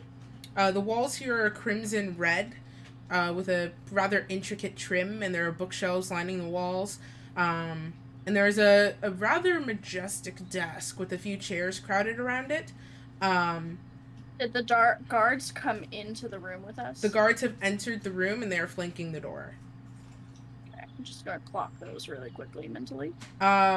Raven, you do not get noticed by the rest of the group. However, you do see them enter this room, and the door shuts behind them, including with the guards. Like, I don't, you cannot reasonably slip into this room without being noticed. Yeah, I'm trying to see if there's anything I could do.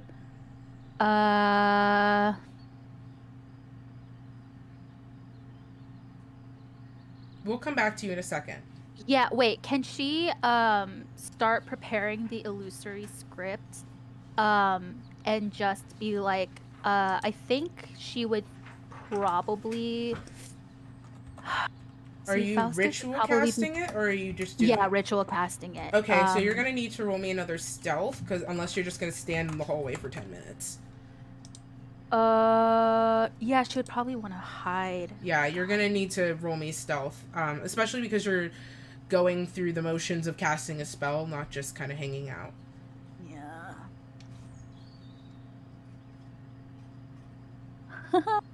So, 19. Thank God. Oh my God. You find there's a small area, like a small nook, where a statue might go, but the statue is currently vacated the premises. So you're able to kind of shove yourself into this little alcove.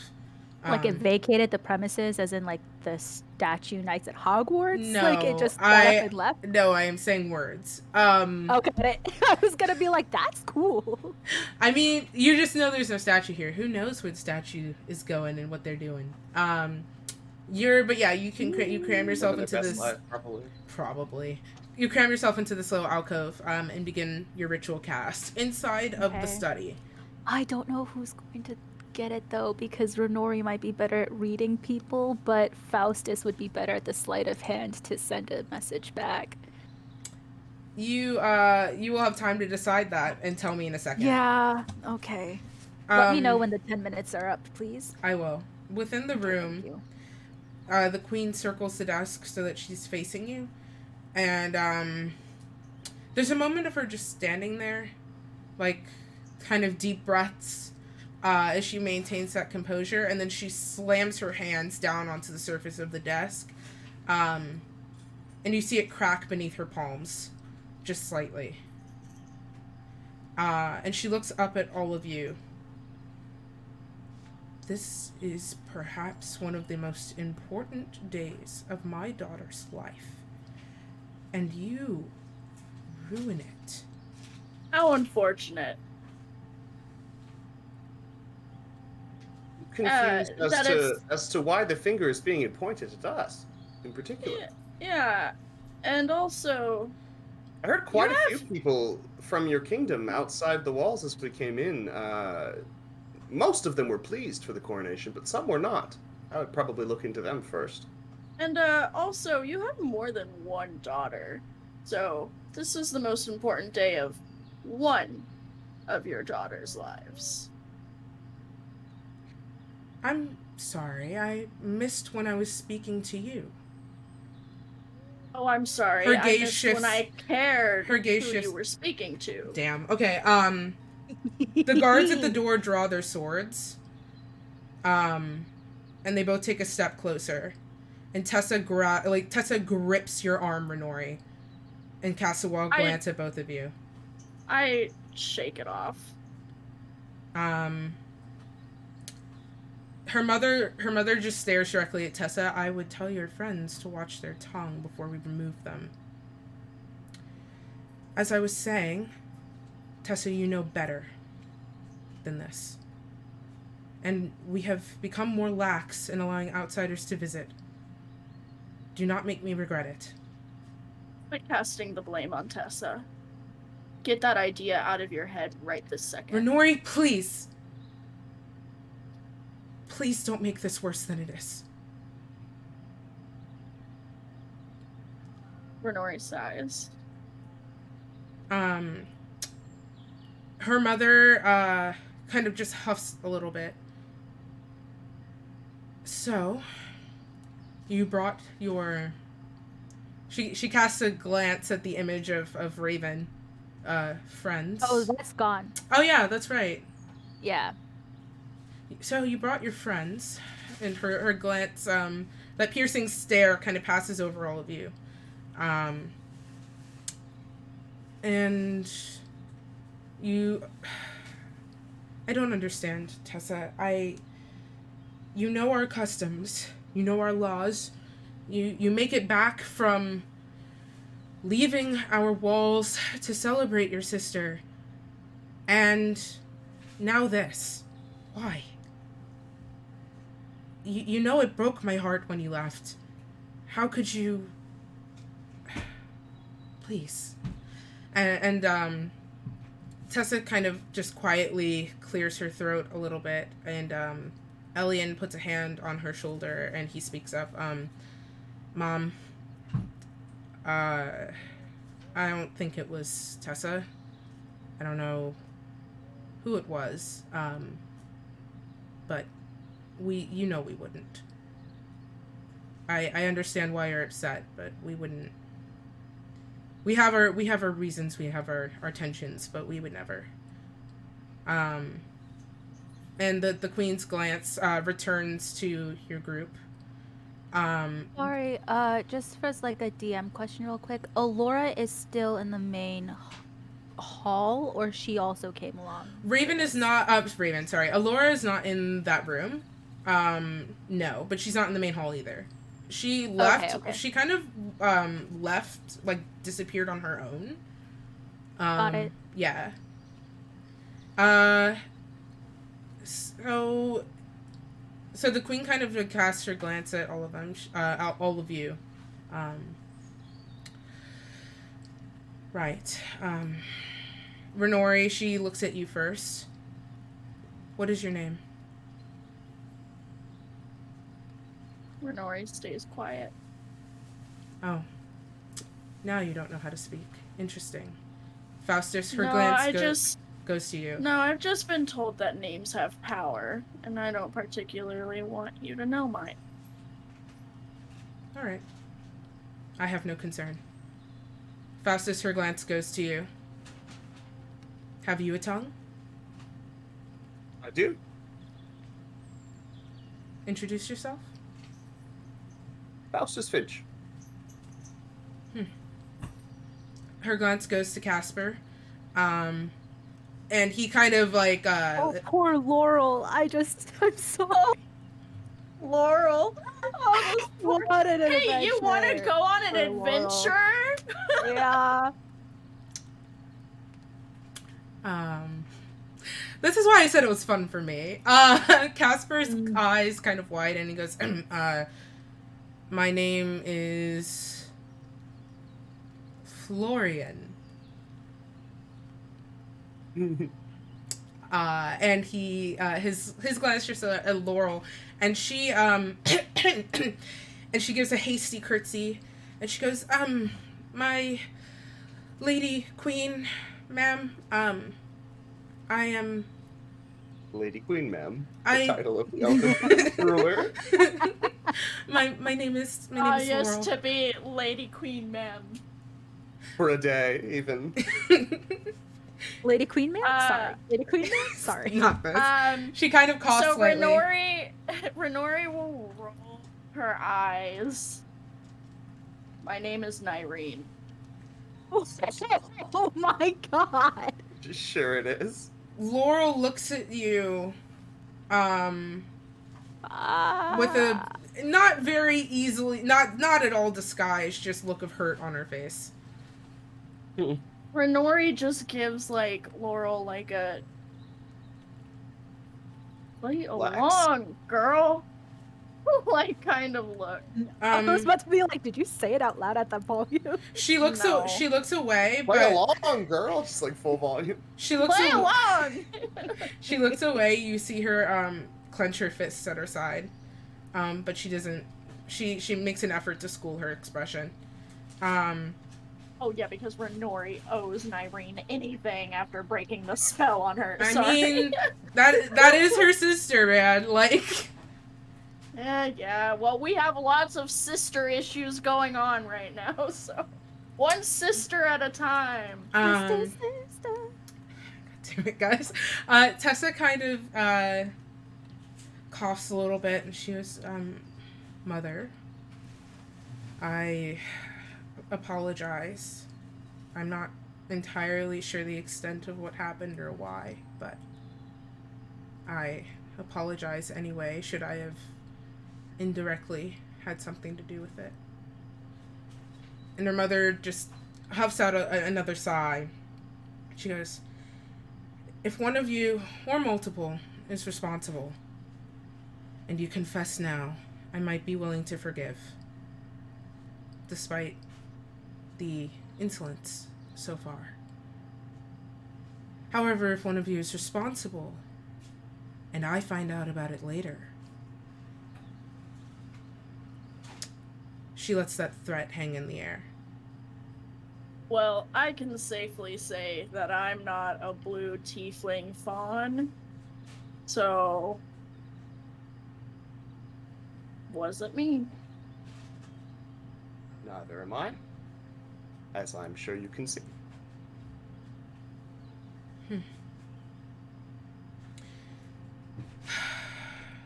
All right. We're going to go back outside. And we're going to continue the coronation. I will allow you the privilege of Did remaining. the 10 minutes pass? Yes, just let me finish this. Hold on. Okay. I will allow you the privilege of remaining next to Tessa for the duration of the ceremony. Not many outsiders receive that privilege. In fact, most of our people don't. Should anything else occur during the ceremony, I would be required to keep you for questioning. And I don't think any of us want that. So I hope, for your sake, that when we all go back outside to resume this very important moment for my daughter, that nothing else occurs during the remainder of the ceremony or the celebrations afterward. Do I make myself clear? Abundantly. Absolutely. And Renori will say that in Elvish. The queen arches an eyebrow, and then her gaze passes to the guards.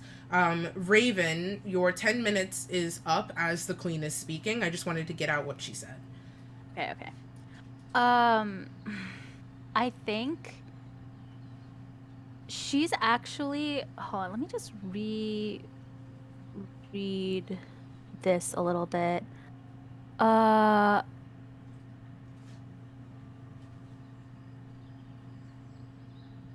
others writing appears as if it written in an unknown or magical script. Alternatively, you can cast the...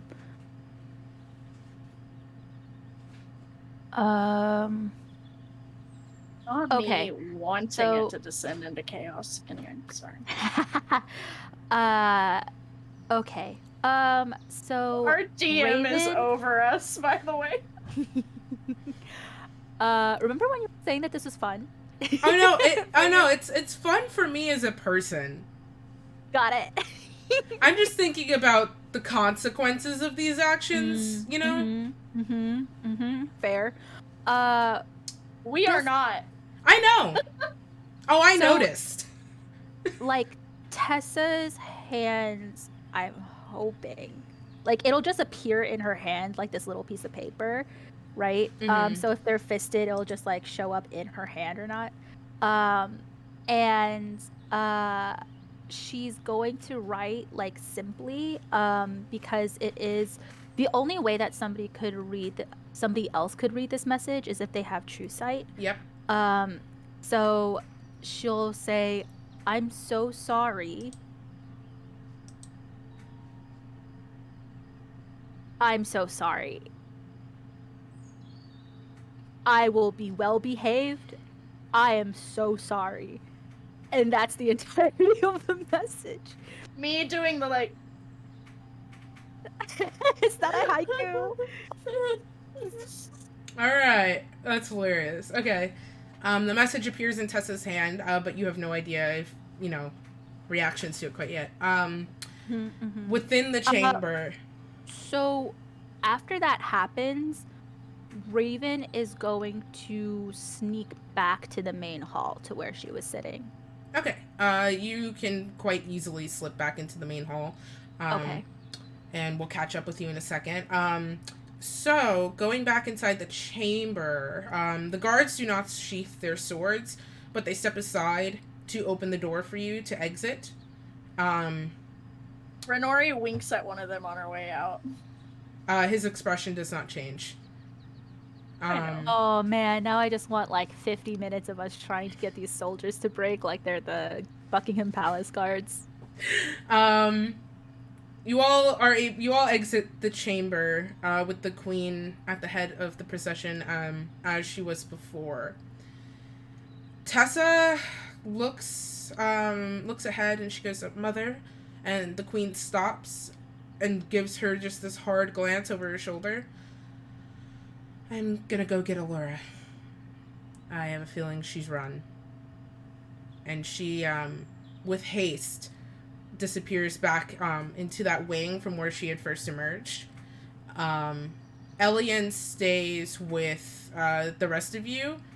The queen makes her way to the stage first, and Elian kind of leads you guys to where you were standing, and there's like a clear spot where Tessa's supposed to stand. Like, it's not like all of you are standing next to each other. Like, he's purposefully leaving room for where Tessa's gonna file back in. Mm-hmm. After a moment, she returns with Allura, like, clutching Allura's hand. Her makeup has started to run slightly. Like, the golden shimmers on her face have kind of just turned into these warbly waves under her eyes and, like, kind of beside her eyebrow. Seems big, ready to rule a nation. Tessa leads her onto the stage and gives her, just kind of like cradles her face for a moment, and then goes to step back into place, and Allura sniffles, kind of wipes her nose a little bit, and then curtsies again, and the crowd curtsies and then takes a seat. Raven in the crowd, they've kind of like been passing out little like sandwiches, crumbs of bread, not crumbs, but like little bits of bread that's like fresh, things crying. like that. Can I make any eye contact with anyone? Because I think that she would kind of just like sit in the crowd this time. Instead of being so hidden away so that she can kind of see everybody better. You can squish into a more central seat for sure. Okay. I will say Renori will be trying to look for Raven because she'll be mildly concerned and, you know, confused about everything that happened because she wasn't, you know, in Raven's head and in on what Raven was thinking of doing fully. So she's gonna be, like, keeping an eye out for her because she's a little bit like, oh, shit, did something happen? Like, where'd Raven go? Like, that kind of Raven, thing. have you dropped the disguise self, or are you still disguised? No, she's going to continuously be disguised like this. Okay. I don't think any of you know what Raven looks like right now. So but like Raven, you can make eye contact, but just for you guys, for the record, you do not see Raven anywhere.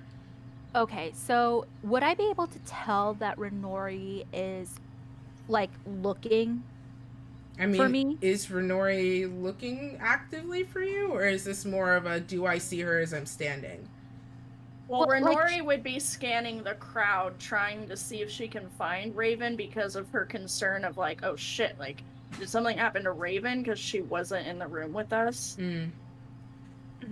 So would I she's be like able to tell? scanning Yeah, the you crowd can a you can little see bit. that. You can see that. Okay, so as soon as Renori's eyes pass over Raven's face, she'll use thaumaturgy to make her eyes the complete black that or the complete white that Raven's eyes normally are, and then flicker back to hope that like Renori will be able to tell that. Renori, roll me perception, please.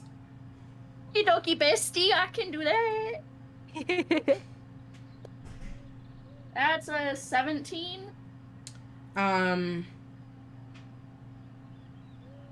You see a specific maiden in the crowd, with Yeah. deep black hair, who's strikingly beautiful and a bit regal among the other. Like, not the elves all kind of carry themselves a specific way, but her posture seems a bit distinct from the others, and she catches your eye for a moment.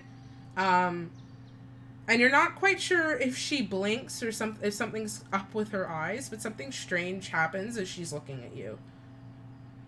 But she does stand out to you quite a little bit. I'll just make a mental note. A hunch. Yeah. Okay. Yeah, Raven kind of figured that might be a shot in the dark, but she like just wanted to try it anyway. Right. Okay, so Allura has taken the stage again. Tessa has taken her spot. And the queen has come back. Now, Faustus, you left that crown in the air before we did all of this. So where is the crown now, bestie? At this moment, it's still in the air. My God.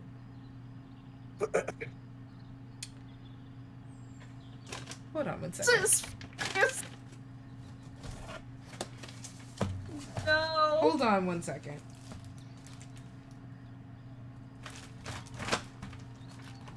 You know when you check your Tome of Secrets? Yeah, I know exactly what I checked my Tome of Secrets.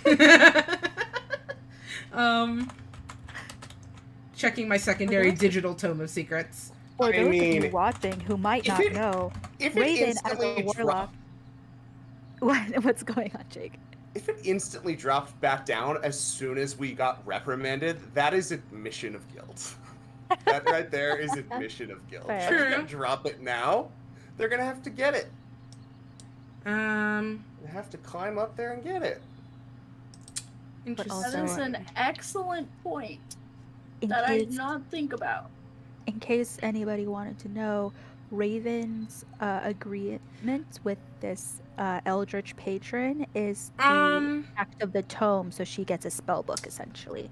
Anyway, Faustus, it's you called the Tome of actually, Secrets. That was what the joke was. Faustus, you actually cannot keep the mage hand up until you return back. Mage hand requires line of sight on the object. To cast, not to maintain, right? I'm pretty sure even if you know where the item is, like, and you leave the room, you have to, like, maintain on what you're manipulating to keep it up. I am 99% sure. Let me double check.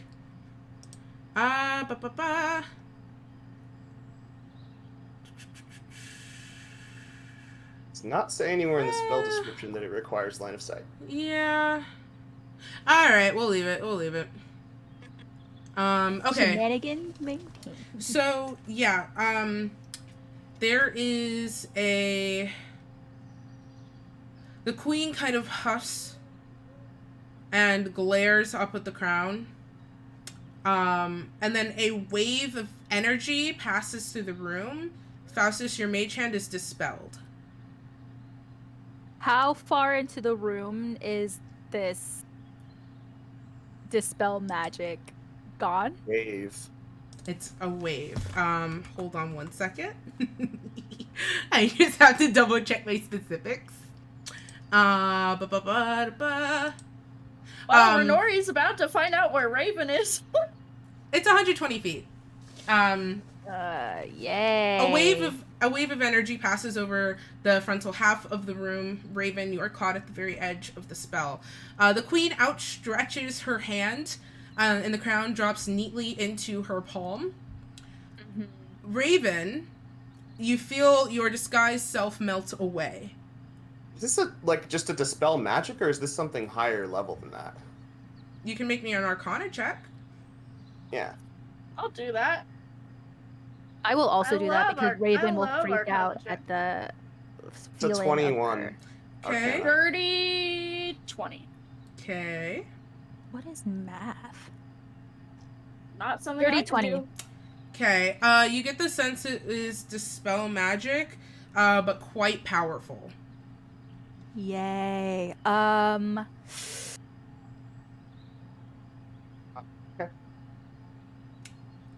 Raven will kind of panicky cast it again, just like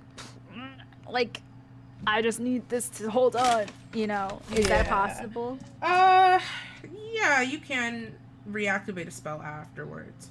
Okay. Well, I have seen the flicker.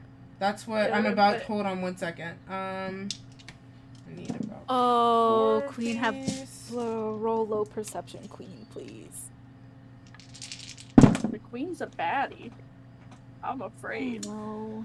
So, the crown drops into the queen's outstretched hand, and she clasps her slender fingers around it. And she looks up at the crowd to give them sort of like a reassuring nod. Raven, she makes direct eye contact with you. Can I tell if she saw me? She does not look happy with you specifically. And she hasn't looked at you once you were in this room, except for the illusory version of yourself.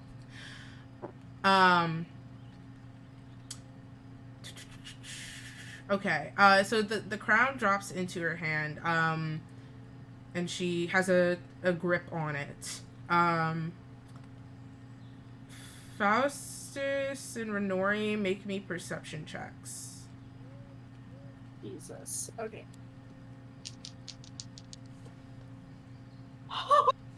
Natural 24, 25. Okay. Faustus? 28. Okay. Renori, something about the queen's posture catches your eye, but you can't quite put your finger on it. Faustus, you just barely see it. A minute twitch of the fingers in a very specific pattern, where she's like clutching the crown, and as she like readjusts her grip, and you see there are a few guards that are kind of like resting at the very edges of the chamber. You see some at the back of the room start to make their way through the crowd, and they look intent on doing something. The ones on the stage have not moved, as well as some of the other ones by the just hanging out by the walls, but 2 guards in particular are kind of making their way through the crowd, and they look like they're looking for something specific. But you notice that perception check was specifically to notice the queen doing stuff. What can I do a perception check? What did I on this? notice? What did I notice her doing? You notice her twitch her fingers in a minute but very specific pattern, like almost like sign language. Okay. Raven, you could try, bestie, but you are a distance from the stage, and it was a very subtle movement. Note the numbers that it took to see it on the stage. Would I be Would I- able to tell that the guards are moving? You can roll me perception for that. Okay. Can I roll perception for the guards starting to move through? You the see crowd? them. You're on the stage. You can Oh, you okay. can see that apart from like the normal motions of this ceremony, it looks different distinctly. Okay. Raven in the crowd. There's a lot of stuff that's about to start happening. I'm trying to break it down so that you guys get your information in pieces. Yeah. Raven, I need you to roll me perception. 18. Okay. So the queen takes the crown. I just whisper under my breath to Tessa, and I say, Tessa, they're about to take Raven. We'll get back to that in a second. So there is the queen takes the crown and turns back towards Allura. And as she does, some of the guards that have been resting upon the wall start to everybody's seated or / standing in like very neat rows, so there's room to pass between people. It's kind of up to preference whether you're seated or standing, but for the most part, everyone in the front is seated. So Raven, I would imagine you were part of the seated crowd, and then behind you there are just rows of people standing. And the guards from the walls, like in unison, like this is rehearsed, file through the crowd, like they march the crowd to stand in the sort of central aisle. And what did you get again? 18. Okay. You're watching this procession. 2 of the guards near the back are not moving in tandem with the rest of the guards as they're heading up the aisle. The majority of the guards are they're walking up towards the stage and coming around to file onto the stage to stand behind the queen and her daughter. Like this is part of the ceremony? Right. The guards at the Okay, back are but not there's moving in 2. that rhythm. Raven is going to lean back a little bit into the people who are standing and try to slip into the crowd and disappear. Roll me stealth. Oh. Roll me stealth with advantage. I'll tell you why in a second. How far away is Raven from me? Oh, I rolled a 4 at first, but now I got a dirty 20. Probably like 80, 90 feet from you. Yeah, she's a part of this main crowd. She's not front row seats. So, everyone here is an elf, right? So they have dark vision. Everyone here that you've seen is an elf, yeah. Raven, what did you get? A dirty 20. Okay, I'm going to be a mean DM and put kind of a cap on actions right now so I could tie this up for next week. Okay. I would love to keep going, but I just looked at the time. So, Raven, you start leading back. And it's kind of, you are doing it subtly, but you still kind of are standing out because everybody's stationary just watching this happen. But there's you see something unfold before you. Well, she's trying to she's stretching or yawning, and then she's gonna just go back. So she is trying to make this natural. You still stand out. You know, everyone okay. is. This is the kind of thing where people are not even bothering to like their nose because they're just either enthralled or out of respect. Like that kind of vibe in here. And so you do still stand out a bit, not like where people are glaring at you or anything, but it's like that is still attention that you're moving.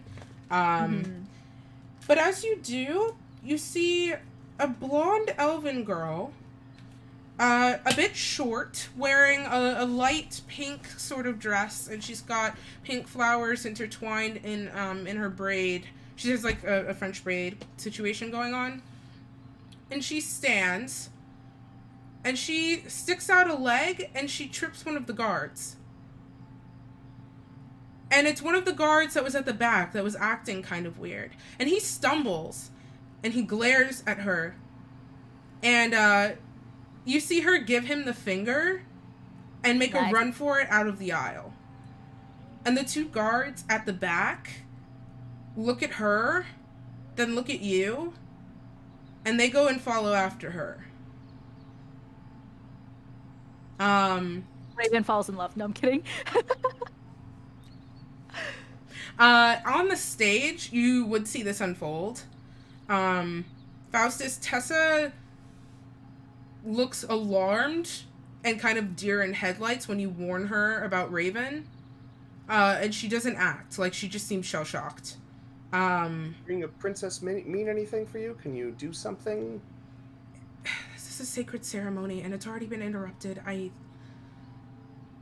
could get Raven out of jail if they put her there, but I can't stop the ceremony again. I can't.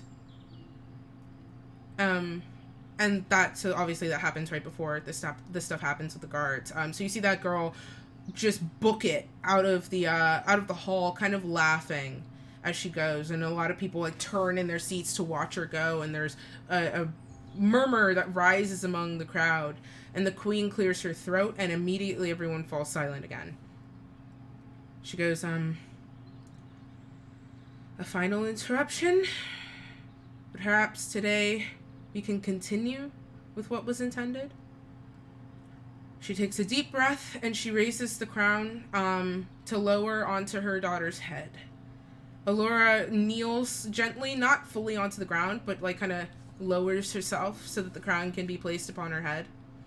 And it sits squarely, like it was made perfectly for her.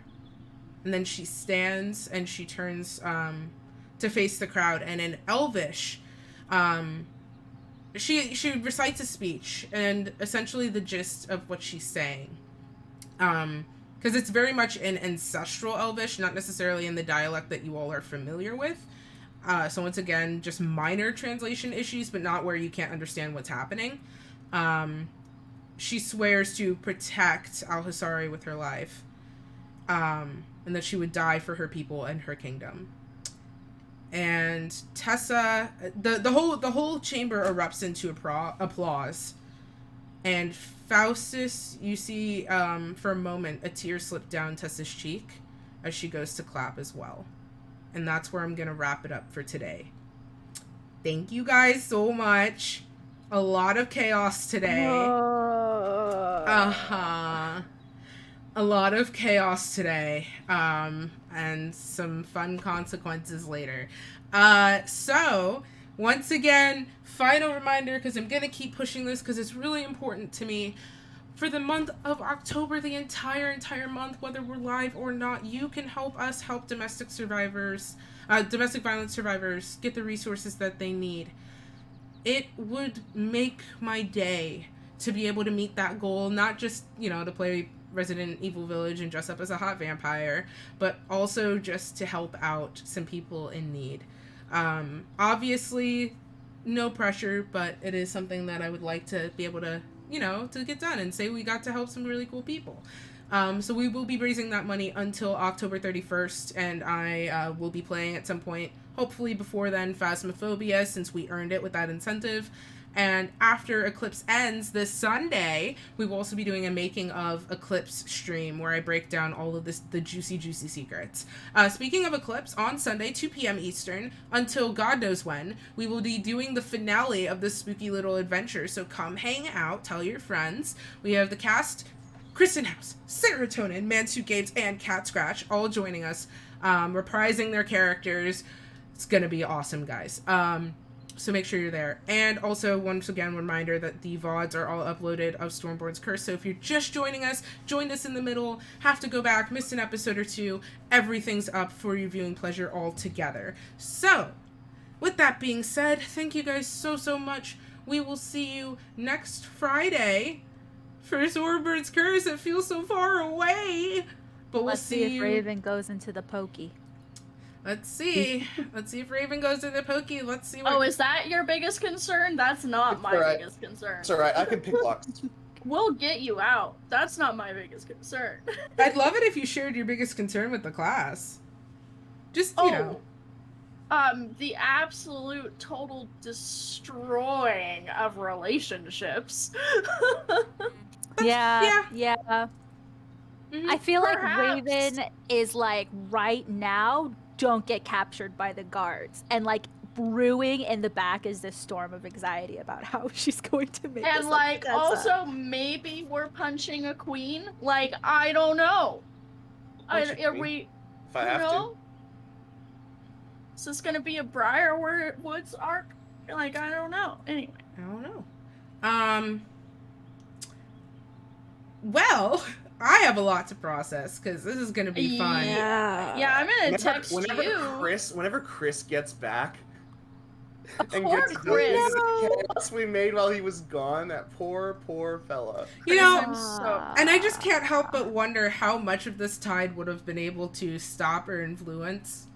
Like, I None. imagine You can't see me cast Mage Hand. Well, I know, but I mean, like, in the spirit of behaving, because Tide is the brain cell. He is the brain cell. But then sometimes Tide doesn't have a brain cell, and it's not that he has an evil brain cell. He just doesn't. How is Tide the brain cell when Renoria has an intelligence of 20 and I have an Because intelligence all of three of us 16? have ADHD. Okay, but that's like a Chris thing, not like a character thing. Tide is head empty, but in general, the problems Tide Head causes. empty, heart full. Yeah, in general, Tide causes problems His that head can is be full fixed. and his heart is empty. You know. Okay, but but Tide would have caused an issue by accident. Yeah, but I feel like that isn't inherently malicious versus the shit that we just caused. Y'all Okay, are well, on a I different just- brand of. I just cast Dancing Lights. No, we so- disrupted a coronation ceremony for a monarchical society. Because we're so into monarchies. Okay, wow, this is a great end to the VOD. Isn't it? Alright, so because we just be here.